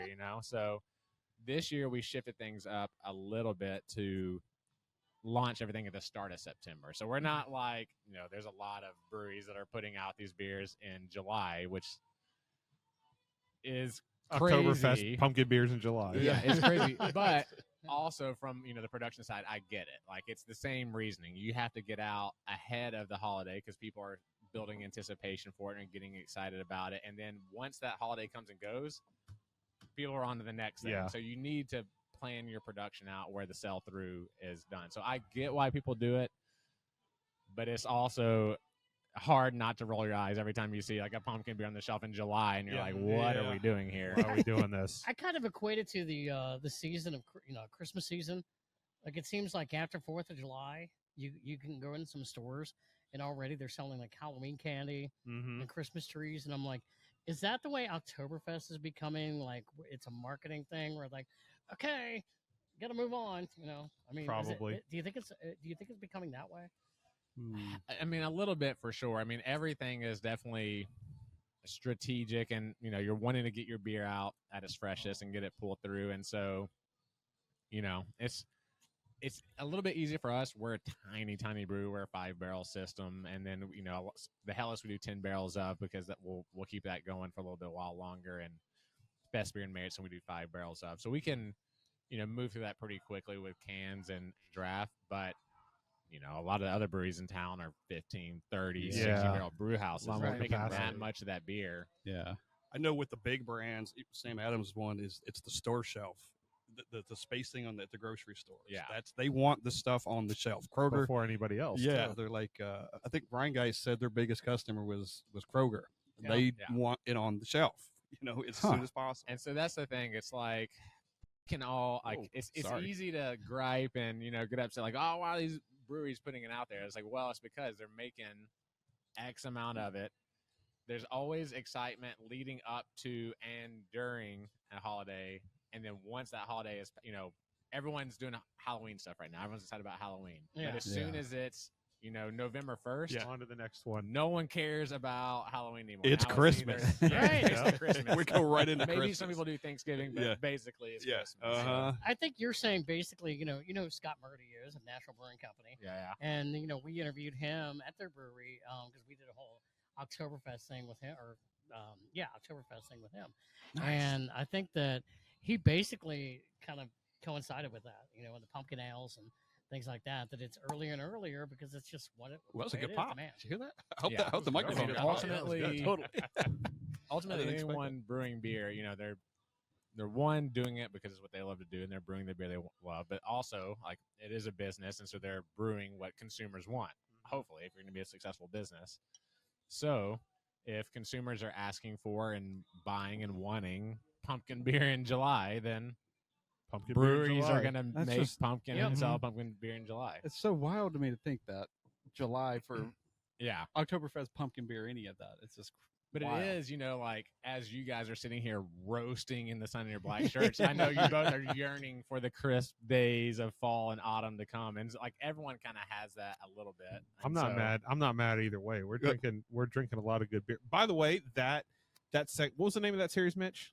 That you finished up pouring? The Yazoo Embrace the Funk. That second one was way different from the first one. Future nostalgia. What There was was that? a, there was a sounds little right. bit Volume more. 1 and 2. There was a Yeah. little bit more like clove and lavender kind of Yeah, it flavor was. to that one than there was the first one. It was. I appreciate drinking both of those back Yeah. to back because they tasted like two different beers. to Yeah, there's me. like a little rich, like almost like a little umami note to it. It's kind of Yeah. a little savory, rich, like. You're speaking Mitch's language. Oh, now. yes. yes. So Hey, speaking of more. Yeah. So Rich, you mentioned a little while ago about not liking sours. We just opened another one. Parker, do you have time for one more? Yeah, for Yeah. sure. Hey, I gotta kill my first Yeah, one. yeah, Y'all yeah, no are hurry. on me now. So we just opened a barrique. It's called Carla Loves Bradley. It's a blended sour blonde ale with Carla Rose and Bradley nectarine. So and in That's a hilarious fairness, like beer name. Barrique makes killer Yeah. sours. this was actually bottled in 2021. We had a discussion. Is this about the one that you were other mentioning day. the other day through Uh-huh. the chat? Okay. I was like, it's bottled in 2021. Is that going to be okay? I feel like it's going to be okay. This I Main feel like it's Street gonna be from okay. Main Street. So the conversation, Parker, the other day was Scott jumped on our Instagram and goes, "Hey, just curious." He goes, Thank you. "What do you guys think about like sours that have been around for what, like bottled for 3 or 4 Yeah. years, cellared or whatever?" And he was like, "It's this percent ABV and whatever." And I was like, I didn't even know which kind it was. We didn't know what it was. He goes, "I picked it up at Main Street," and Mitchell agreed with me on this. I was like, Mhm. one, if it's Aaron at Main Street, I was like, that dude knows his codes. For sure. Yeah. I was like, Yeah. I've seen him turn away IPAs because the code was like 15 days beyond the best sell by date from distributors. He was like, nope, send it back. I want the fresh stuff. So if you're getting it at Main Street and you're able to buy it at Main Street still, it's probably going to be good. I didn't know it was a barrique beer, which are known for cellaring beers before you drink them anyway. This is literally almost bottled 4 years ago, 10, Yeah. 20, 21. So. And I'll say, shout out to Aaron. I worked with him at Craft Brewed back in the day before he was at Main Street, and Aaron's the man. He always, we don't distribute a lot of our cans just because we're so small. You're smaller, we don't do a lot of cans, but Aaron's always texting me like, hey, what can's gonna get from you? I'll take whatever. He's always trying to get some, and so Aaron's got a killer beer selection over at Main and Street. Aaron blows up Fait La Force whenever he gets like whenever he can get, he was like, hey, because I remember you guys did. I mean, you just dropped cans recently. Yeah, It's been under a year, probably under 6 months. Yeah, first can drop was in March for March. anniversary. Okay. Yeah. So, and he was like, hey, got Fait La Force in cans. He put it on Nashville Beer Geeks. He put it on Craft Beer Social Club. He blew it up on Facebook, and people are like, wait, what?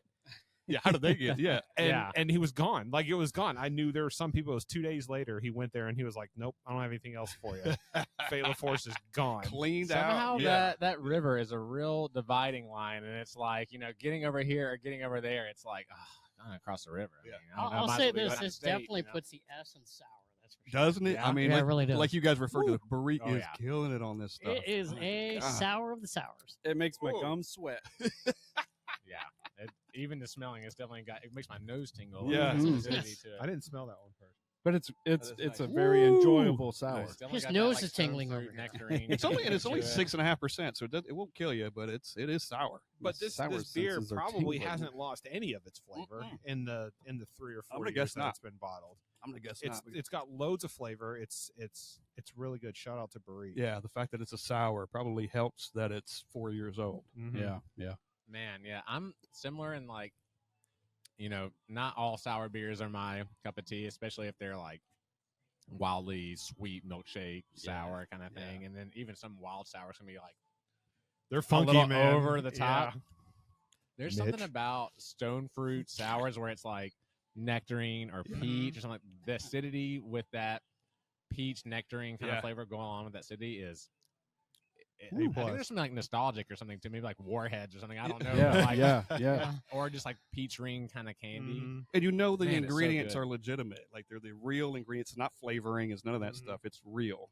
I love Southern Grist, but we went to a Southern Grist takeover with Zool not long ago, and I'm like, yeah, these are ones you probably want to have like on a flight. It was their snow cone day. They had all their melted Yeah, snow cones man. out at once.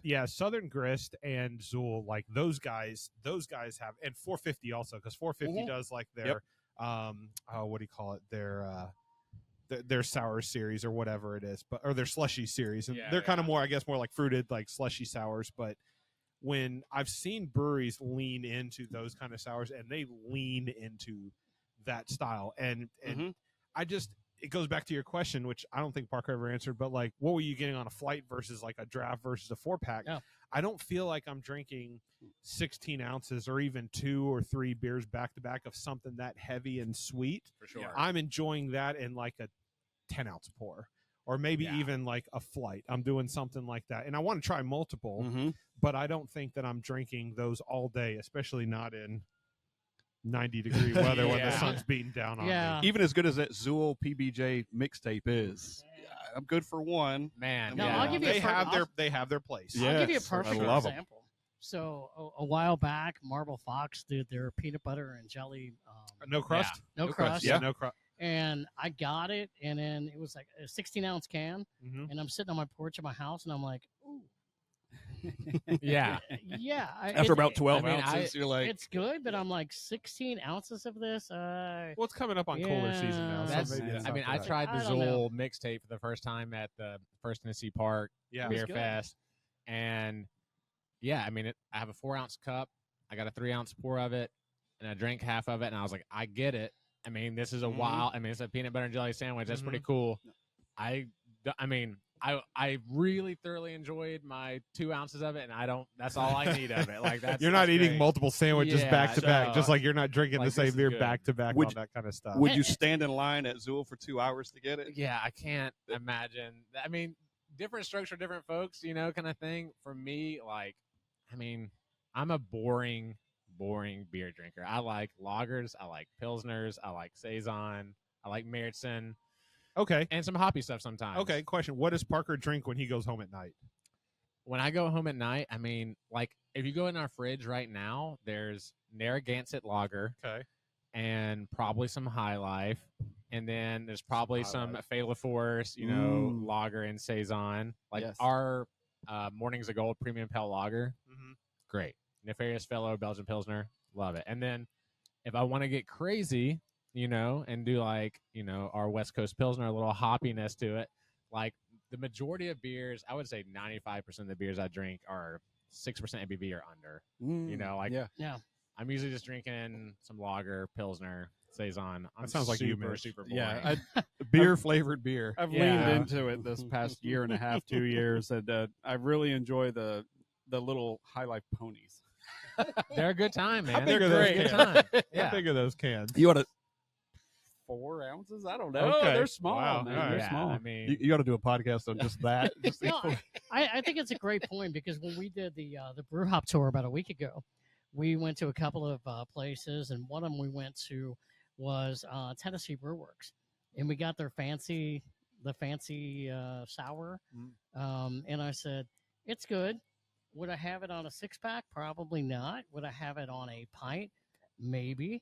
But I'm probably going to enjoy it more on a flight. And there's nothing bad about that kind of thing. Every beer, has its place. And it's all subjective, too. I mean, we know some people that just love sours. Like, every beer has to be a sour. That's my mom and my sister. Yeah, oh, man. They come in here and they're like, so when are you going to do another? Like, we me. did a Berliner Weiss in the past, and that's like, they would just kill that beer. Yeah. And that's, when are you going to do that beer again? I'm like, well, you guys drink a ton of it. No one else would. So, So are you guys, so what's the plan? Like, is there a plan to do more sours? Are you guys going to kind of stick to more of the drier side, non-sour style beers? Like, what's your sours for us, like the only sour we can really do the way we would want to do it here is a Berliner Weiss, and we've done that in the past. It definitely has the people who, like, they come in, that's the only beer they want to drink. They want to drink that one all the time. Ooh. And then kind of everyone else sort of ignores it. It's like this kind of and it hangs around forever. So at the stage we're at right now, we're probably not doing much more sours. We may do like another Berliner Weiss or a Goza or something like that, but not much more.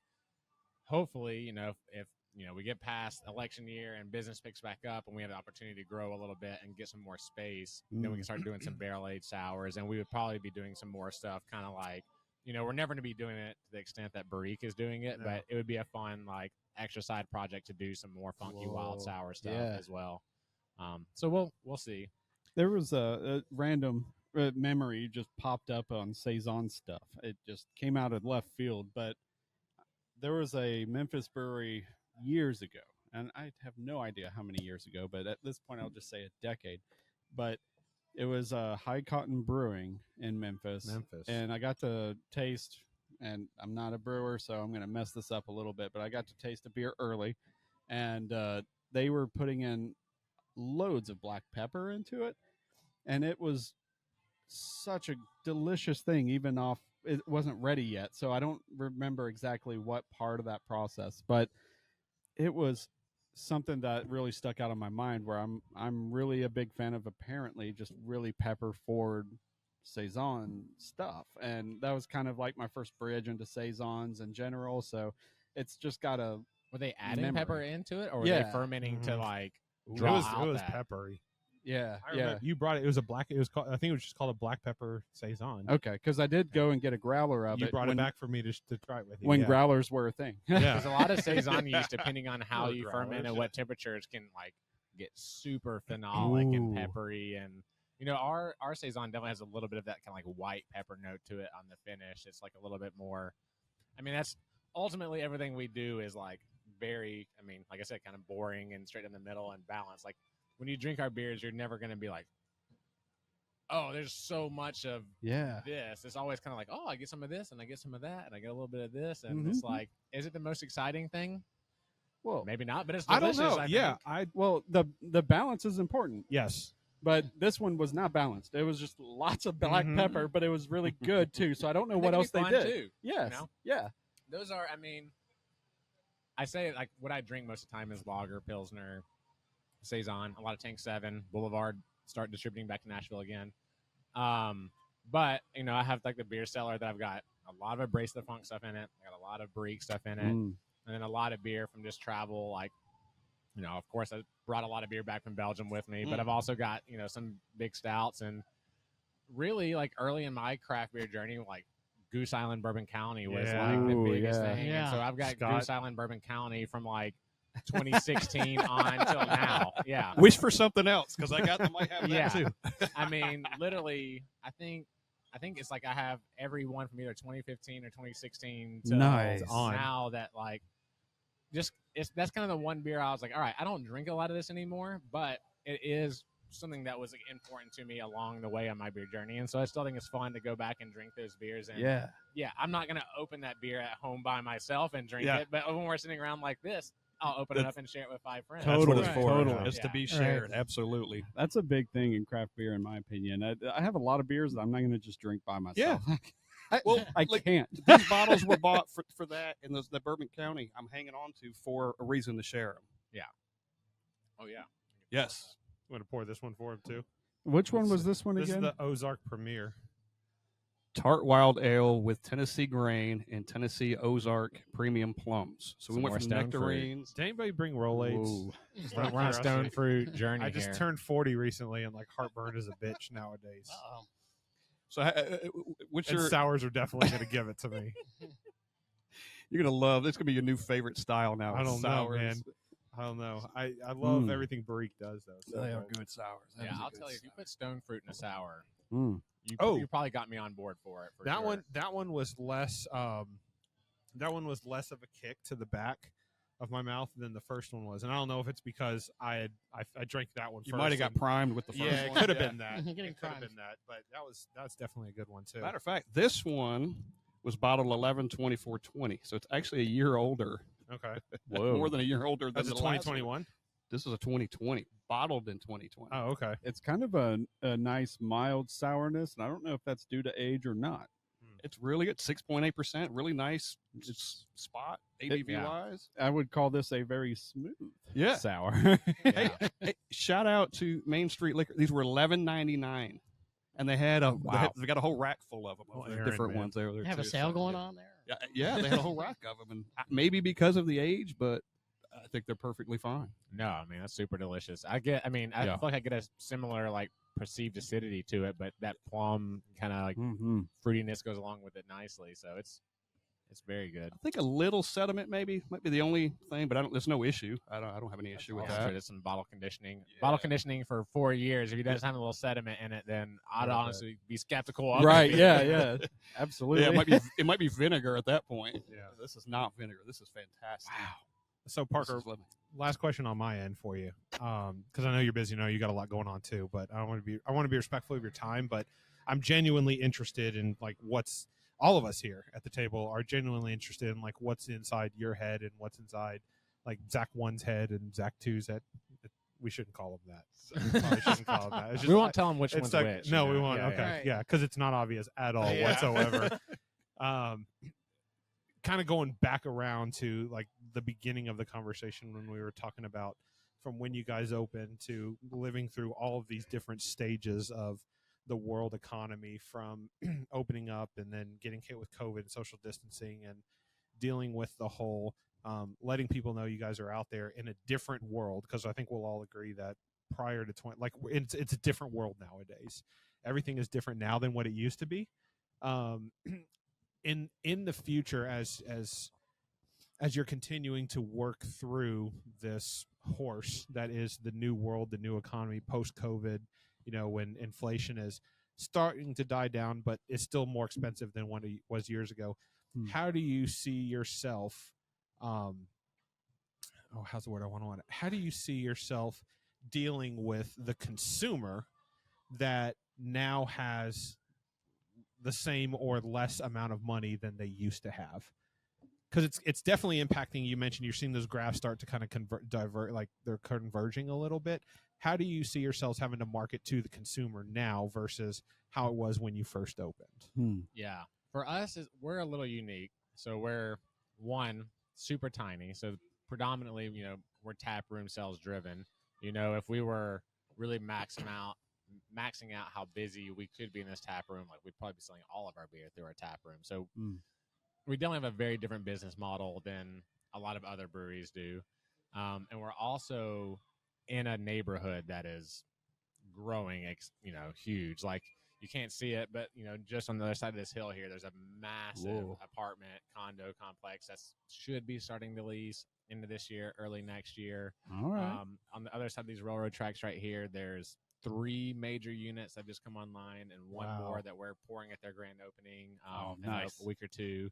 So this neighborhood is exploding with residential. There's also a huge business complex opening up. And then, we're less than a mile from the soccer stadium. And that whole area is developing with more retail, more businesses, apartments.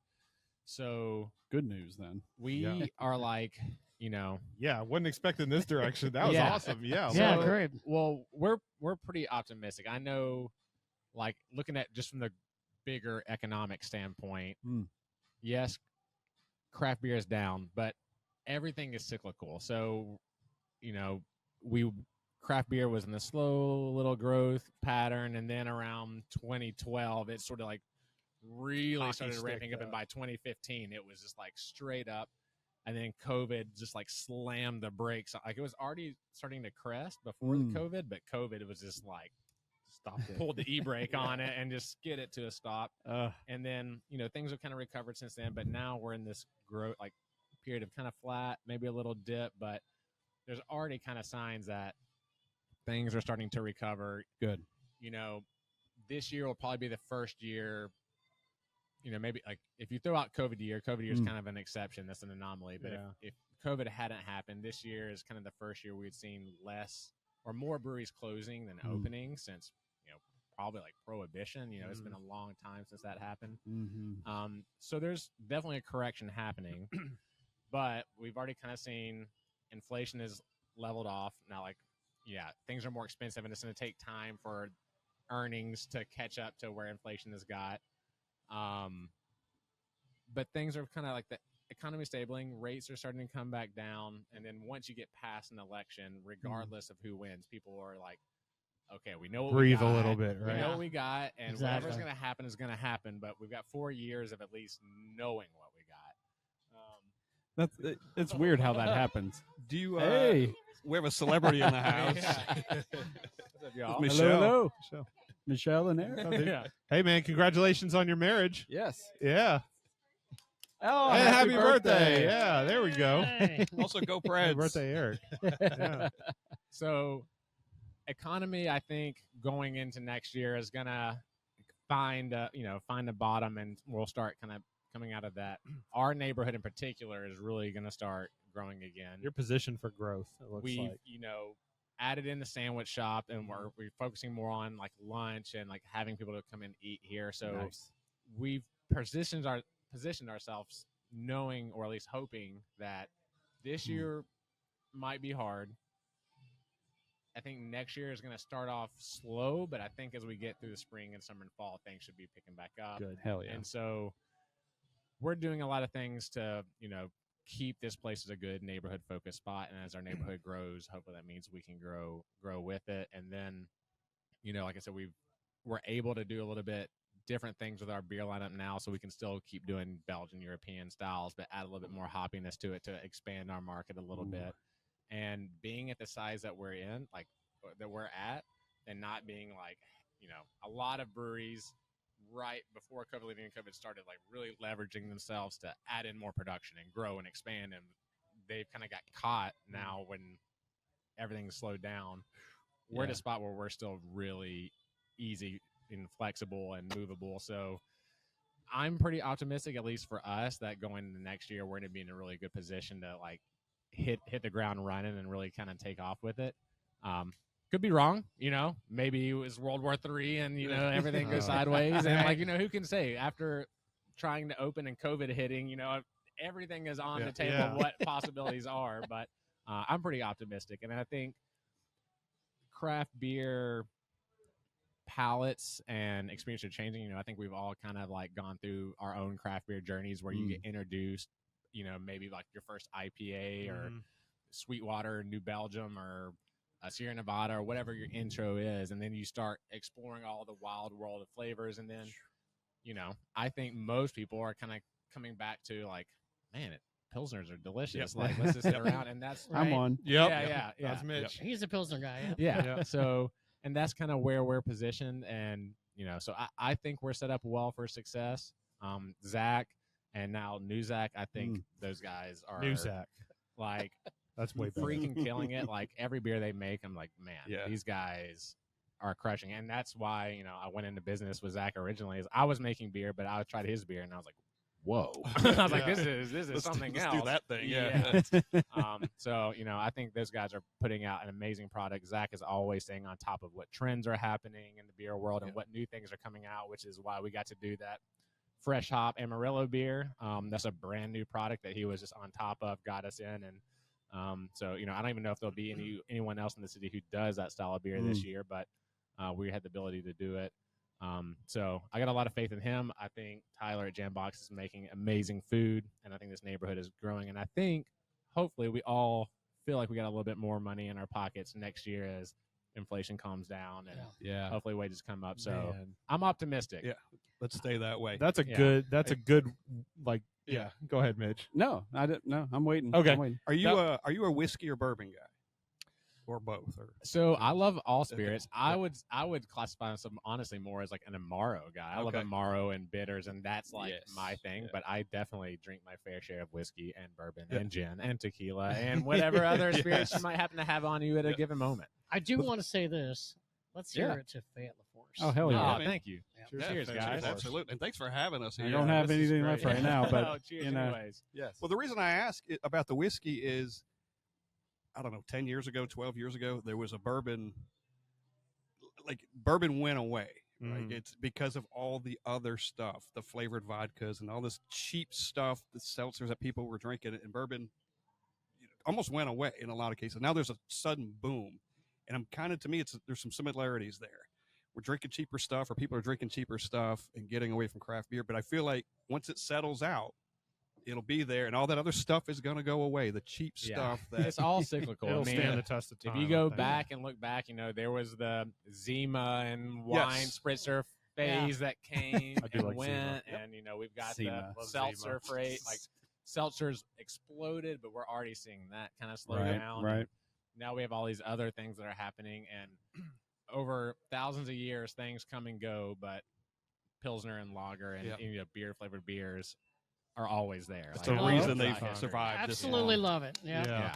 Absolutely love it. I've got one thing that's kind of in the scene right now, if we're interested. But it's also a beer flavored beer with a friend. Where's he going with this? Uh-oh, he's got something up his sleeve. Well, I've got old stuff. Is I've it got cold? I'm a Cardinals Is fan, it cold? so, I don't Hey, whoa, what? Who said that? What? Was that you? Yeah. If you don't like that, I've got Lone Star. these are amazing. Go Cubs. Really? Man. Oh, What- man. We're going to find our friend Tom. I'm going to Tom still gets buy us, but- Parker's beer. What apparently is also in fashion with a lot of Chicagoans is the Malort. Look at this. Oh, my I God. mean, What are you listen, What is he everyone doing? loves to hate on Malort. I don't hate Malort. I'm going to I follow don't Malort at either. home. Yeah, I I don't- don't think so bad. Malort's a rite of passage. I swear I don't I know don't what know that is. anybody that thinks it tastes good. I swear I I'm don't not know going what to that say is. I'm going to go have a glass of Malort at home. But No, I think it was before I had tried it. It had been presented to me as this most egregious, atrocious abomination of a liquid you can put into your mouth. Right. And Yes. I tasted it and I was like, I don't hate that. Okay, so your expectations were already based on other people's Exactly. thoughts. Going, oh, you don't want to drink this, you this don't is want the to worst drink thing you're that. ever going to have. And then I tried it and I was like, that is not even close to the worst thing I've ever It's like had. the third worst thing you've ever Yeah. had. But like I said, I'm an Amaro bitters guy, so I love herbal, bitter, astringent, Underberg, and You've got in the Jaeger in the brewery, by the way. I see you've got Underberg there for Underberg. sale. Gotta have the Underberg. shots. Yeah, we were I think the first in the city to have Underberg, because I was like, I don't know why anyone else is doing this, but they should be doing it. And now we've got Fernet too, and I would love to do like an Amaro of the month kind of thing. That's something we've talked about. I don't know if anyone else cares about Amaro as much as like me and my wife care about Amaro. Is the only problem. We would just buy it for ourselves and drink it. I don't know. But Amaro is delicious. If you haven't gotten into the Amaro world, dude, tread with caution because it's a slippery slope, but it's a fun ride. We're at the point now where I don't know what's going on. I don't know. We're just Tom's Let's sitting see over here. I here. figured we'd invite Tom, and he actually had a question earlier too, and I figured hey, we'll give him a microphone. And Come on, Tom. We got on You got Cardinals and this. Cubs talk, and then the Yankees guy pops we over here. we got a He's couple like, of Yankees "Oh, fans yeah, I'm in right the here. postseason." Ooh, this mic's hot. Tom Schumacher, I know. A Well, when literal hot mic. Well, when I saw the old style get busted, I was like, Tom Schumacher came to mind immediately. Just that, just those old world beers. So I guess it's a question more for you, Parker, being a craft brewery. Sorry, I don't I want just to be can't too I loud. stop laughing at Mitch over here with his microphone held by the cooler bag. Yeah, dude, this was sitting on No, the table. The mic's kind of warm, actually. Yeah. With the younger generation being more into like liquor, cocktails, mocktails, seltzers, how do you guys combat that with the new demographic changing? I know you have some NA stuff and kombucha on tap.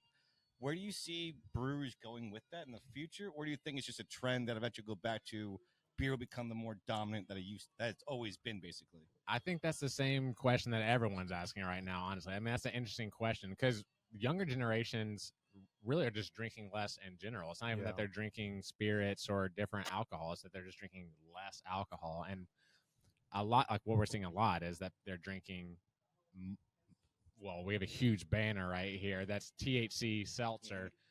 They're definitely more THC focused in weed. And I have listened to so many podcasts and read so many things and had so many discussions about what are you doing. And so one of the things also in the article I was reading before I came out here is that right now brewery production is only at like being 51% utilized right now. So basically, of all the production that's available to make beer in the country, only 51% of it is being used. So everyone's having this question of like, well, what do we do with it? And like, we don't want our equipment just sitting here idle. So people are either doing seltzers or hop water or, trying to figure out NA or trying to figure out THC or trying to figure out different avenues.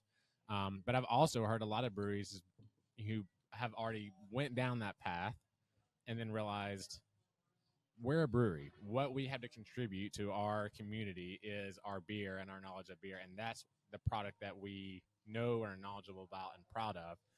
And they've kind of come full circle and just decided, we tried that thing and some people bought it, but like, I think if we focus in on what we do well, that will, help us in the test of time in the long run. Mm-hmm. So I think in the short term, everyone's kind of trying different things just to stem the tide a little bit. But I think the breweries that will ultimately have success and stand the test of time are ones that kind of dig deeper into what it is that they do. So, I mean, it's an unfortunate part of the times we're in right now. Like, there's already been a lot of brewery closures, and there's going to be more, and there's going to be, beer bar closures as well as other bars and restaurants. Like, that's happening.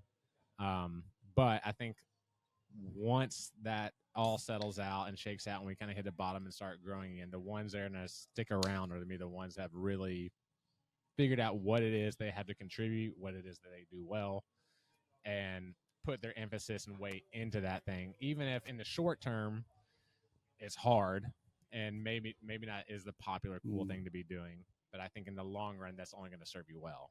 And so that's kind of what we are focused on.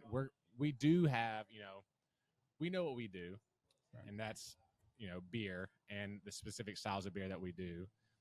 But, behind the bar, we've got spirits, we've got wine, we've got cider from Diskin down the road. We have options available. So if you come in and you're not into beer, we have something available for you. We're not going to make it because we know we can't do cider as well as Diskin, and we can't do kombucha as well as Walker Brothers. And, we let people, we try and find partners who do what they do well, highlight their products, and try and work with partners who feel the same way. So Yeah, ultimately have something for everyone that comes in, whether you make it or not. And then like we try and put our product out, like Fox Bar in East Nashville is a cocktail bar, I think doing some of the best cocktails in the city. Very nice. They picked up our Saison, as the beer that they serve there. Like, they don't serve a lot of beer because they're a cocktail place, but they're trying to highlight companies that do what they do well, and that's kind of the same approach that we're taking.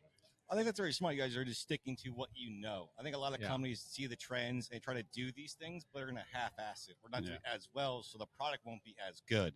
I think that's an issue, and it's smart for you guys. So you know what? We do these Belgian beers. We do these styles real well. Let's keep to that so you have a successful business model going forward. Here's a question for all of you guys. I heard you guys talking about craft brewed earlier, which was such a staple and for everyone. Oh, yeah. With that closing, and you guys talk about Main Street, but it's harder and harder to find new craft beer now because the stores are closing. You get cans or bottles, and with less people out of state kegging and sending it out, is there a fear that the craft brew will be harder to find newer beers to keep the momentum that was going from 2015 through COVID, where now it feels like it could be stymied a little bit because you're starting to see at draft places, everyone has the same beers on tap. So it's like, why would I go here? I can go closer to me, or I won't go out as much because it's the same beers every time, like something new. I don't want to spend $8 for a beer I've had before. What do you guys see is happening? Is there be any changes with that, or is it just we need to go with it and it's times are changing in a way? I mean, I can say from my experience, I think this is another big trend, and at least in the production side is. In the craft beer boom, everyone is barely new into it and trying to explore all these different flavors, and everyone's kind of chasing different things. But I think there's been some fatigue in that side of things, and people have kind of realized, like, I know what I like now, and I know what I'm going to get, and I'll try other things, but I honestly, like, especially when your money is tighter, it's harder to risk spending that money on something that may not be good. And so that, like, wild world of, like, I'll just explore and try everything is kind of constricted a bit. And so then you see breweries start to get more focused in on what they know that they do well. And so I think that cycle will kind of come around too, as breweries start, maybe producing less experimental styles and shipping more out there. Then consumers will, kind of start getting bored with the same things. And then it'll open up that space for more unique stuff again, and it'll always kind of go around and around like that. And I think we're kind of in that phase where there's not as there definitely isn't as much variety and option out there, but on the other side, there's a lot more breweries in at least our city, and in most cities I think probably there's a lot more breweries now who do that variety. So you may not see as much coming in from across the country, but you probably got more in your hometown making those unique styles that you can kind of seek out and find. So I drink beer that way, as Tom described. I like going somewhere, whatever's new first. That's what I'm getting. As good as whatever else I had, I'm getting the new thing first. And those places are drying up. It's like a craft brewed. And then to go to like a Main Street or Cool Springs Wine and Spirit or Reds to buy cans to take home, those are kind of the best spots in town to find new stuff. Or when Grizz releases something on a Friday, I can swoop by and grab a new Tang, something. But yeah, definitely. If Craft Brewed was still pumping out sales, they wouldn't be doing as well right now. You know? Yeah. But I still really seek out mixed packs. I'm always interested in something new, especially with a familiar or new brewery that's either new to distro or a new opening. So, it's a mixed bag for me, but that's just me. When you walk through and you look at the Sam Adams mixed pack, is there one in there that I haven't had? I've had all of them. The plaid. Okay, but that, now I can get the case because there's one new one in there. I think that's one of the flights are debated. Some people are flight guys, others aren't. Half tours here. For me, I'm like, I want to try things. So I think that's there's a lot of it. I think there's two different groups of craft beer drinkers that what I've seen recently. There's the tried and true people, right, where they go, oh, this is what I'm drinking because I like this. I know it's good. It hasn't changed. They're the ones that can tell when a recipe has changed because they've been drinking the same thing for years. There's those guys that when you come out with a new IPA, you're not going to change their mind. They're just going to drink this no matter what. I think there's that. And then there's the untapped group. as well. That they originally start out going, oh, it's a new badge, or if I can get New Brew Thursday or whatever. Like there's that, and Untapped is a whole conversation in and of itself. Yeah. But based on like, I always love asking that question. Yeah. But brewers do not like Untapped. brewers do That's not like correct. Untapped. That yeah, is correct. too hoppy for an Yes. IPA. But I don't like IPAs. but there's also that second group of people that are, and I know a lot of them. It's I've already had that before. I want to try something new, and so it depends on who you are. Yeah. I think those are the two groups that I see mostly. Yeah, and I think it makes sense. Like, we're a small brewery, so we have flexibility to brew a lot of different styles, and so we would like to do more of that. But it is definitely a thing that kind of goes hand in hand with the economy. Like, yeah, if you don't have as much money to spend and you aren't going out as often and you aren't drinking as much, when you do get the chance to, like, a lot of times you may want to be like, I want to make sure this is a guaranteed good time and not betting it on a beer that You haven't had before. I haven't had, and it might be a risk, and I might buy this beer and be like, I regret buying this beer, So Exactly. it definitely makes sense, and I can see why, consumers might be more hesitant to explore and try a new thing. And ultimately, being 2.5 years old, everything we make is new. So I can definitely understand why someone's like, listen, I've been drinking, Black Abbey Rose for 10 years, and I'm going to keep drinking Black Abbey Rose, But, yeah. I'm glad to hear that you guys are still excited about exploring and trying. Oh, yeah, absolutely. for sure. Like, I just feel like that's because that's the way I drink beer. Everybody should drink beer that way. When I see someone walking out of Kroger with a case of Coors Light, I'm like, dude, there's so much. And I know you look at Don't me. hate on the See? domestic. Miller Lite holds a spot. It's still good for football games and tailgating. I knew he was I going mean, to say. I'll tell I'm you, not this crushing Lone eight Star Parker's stars drinking right Lone now Star, is- man. I would take Yeah. this microphone away from him. Over on the TV over here, There's a- Texas there's a- A&M Ags are handling business. So I felt like this Lone Star Texas Light felt appropriate, in honor of them. Gig 'em. Shout There out you to go. Justin and Jared, my cousin, and Time some and of our old place. bartenders here. Absolutely. Of all the beer I thought I wouldn't drink today, this is probably top of the list. Old style. Old style. Old Can't style, be any worse baby. than the Malort we just had. Holy crap. Yes, you're Oh, welcome. You already got in on the Midwest I people, don't even. man. I didn't even know what Malort I was. was never hanging out. rite of waiting on the passage. Malort. Yeah, so, It is a rite of passage. so typically, Is this what I have in my glass here? I haven't had it yeah, yet. it's Okay. Malort. I was about to take a sip, but I wasn't. You got Do people sip Malort? I thought I was waiting on all y'all. It's to like be your Just first take it- shot at yeah, 21. You take it to the dome. To That's throw what it you down. do. I think And you then- do this, Rich. I think you go. Yeah. Yeah, so you're supposed to like shoot the Malort, and then the handshake is old style or an economy beer if you got it, and that's the chaser. For Yep. it. So I think I might have heavy poured a little bit on the Malort, so enjoy that. But Yeah, I would say so. It definitely needs a chaser. It definitely it does. definitely needs a chase. I think so. I think right now the plan is let's go ahead and die down here. Turn off the mics. We can keep Sure. drinking for people who want Yeah. to keep going. Parker, you've been a big sport, man. Yeah. We Thank you appreciate guys. it. I This appreciate was y'all coming out here. this was something that we hit him up earlier on in the week or late the week Yeah. before, and we were like, hey, we're just looking for a place. And Parker was just immediately like, what do you guys need? Where you want to set up? I'll make sure there's space for you guys. Yeah. So And to join us this long too. yeah. Yeah. So on This top of is being cool. a Like- great brewery and putting out a lot of craft beer, we can't thank you enough for sitting down with us today Well, and thank you going through guys. this journey with You guys us. are the So best. I'm gonna share some of this sake after. yes, Be sure to try a little bit of it. It's a Junmai Namazune Ginshu. So I hope I pronounced that right for anyone who's more I don't know fluent what than any me, of those but words supposed to go. Is it anything like Malort? No, it's way better. It's way better. It's way better. But I speak third best Japanese. So talk to me best. after the show. That's right. Cheers, everybody. Cheers. Thanks, Cheers. guys. Strength and unity, Fate La Force. Yes, absolutely. Cheers. This is awesome. This Love is it. Fucking awesome. We're allowed to swear on this thing, right? Fuck yeah. Fuck yeah. Yes. We're totally fucking Brewery swearing. Underground podcast, Foamy Heads, hanging Foamy out Heads. today. Fate La Force, Nashville, Tennessee. Now it's hot as fuck. It was are- good in the morning. I'm You sweating must like be. hell. Listen, So hey, real we'll quick, see you guys on the next this one. is and real quick. This man's some Where do water. we find you guys? Because we always end like where we can find us.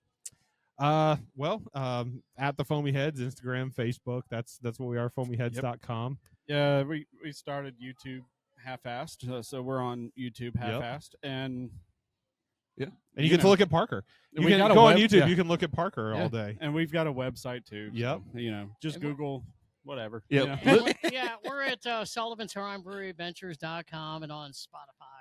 So And Brewery Underground podcast too. And Yeah. listen to the Foamy Heads because we listen to the Foamy Heads, so they're highly recommended. We Yeah, they are. listen to them means you should listen to them. It's Dude. all been a good group of And, people all yes. around today. First guys. Follow us. podcast between the both of us. We appreciate it very much. Yes. And I say, follow us Yep. on Fait La Force Brewing Yes, Instagram, please. Yes. Facebook. Dang right. Yes. You know, That's the only way you're going to get those good saisons and all the Yes. freshest picks. And So. don't go to Nashville and not go to Fate Forum. I know. Yes. Exactly. That's he said that's it. a His deal words, not mine. breaker. You know, This is- It's all of our words. Yeah. This is where the locals go. I love the space. There's Yeah. plenty of room for everyone. Come by. Don't That's judge us awesome. because I like Malort. You know, it is what it is. See you on the next one. Later, guys. Cheers. Bye. y'all. Cheers, fellas. Yeah.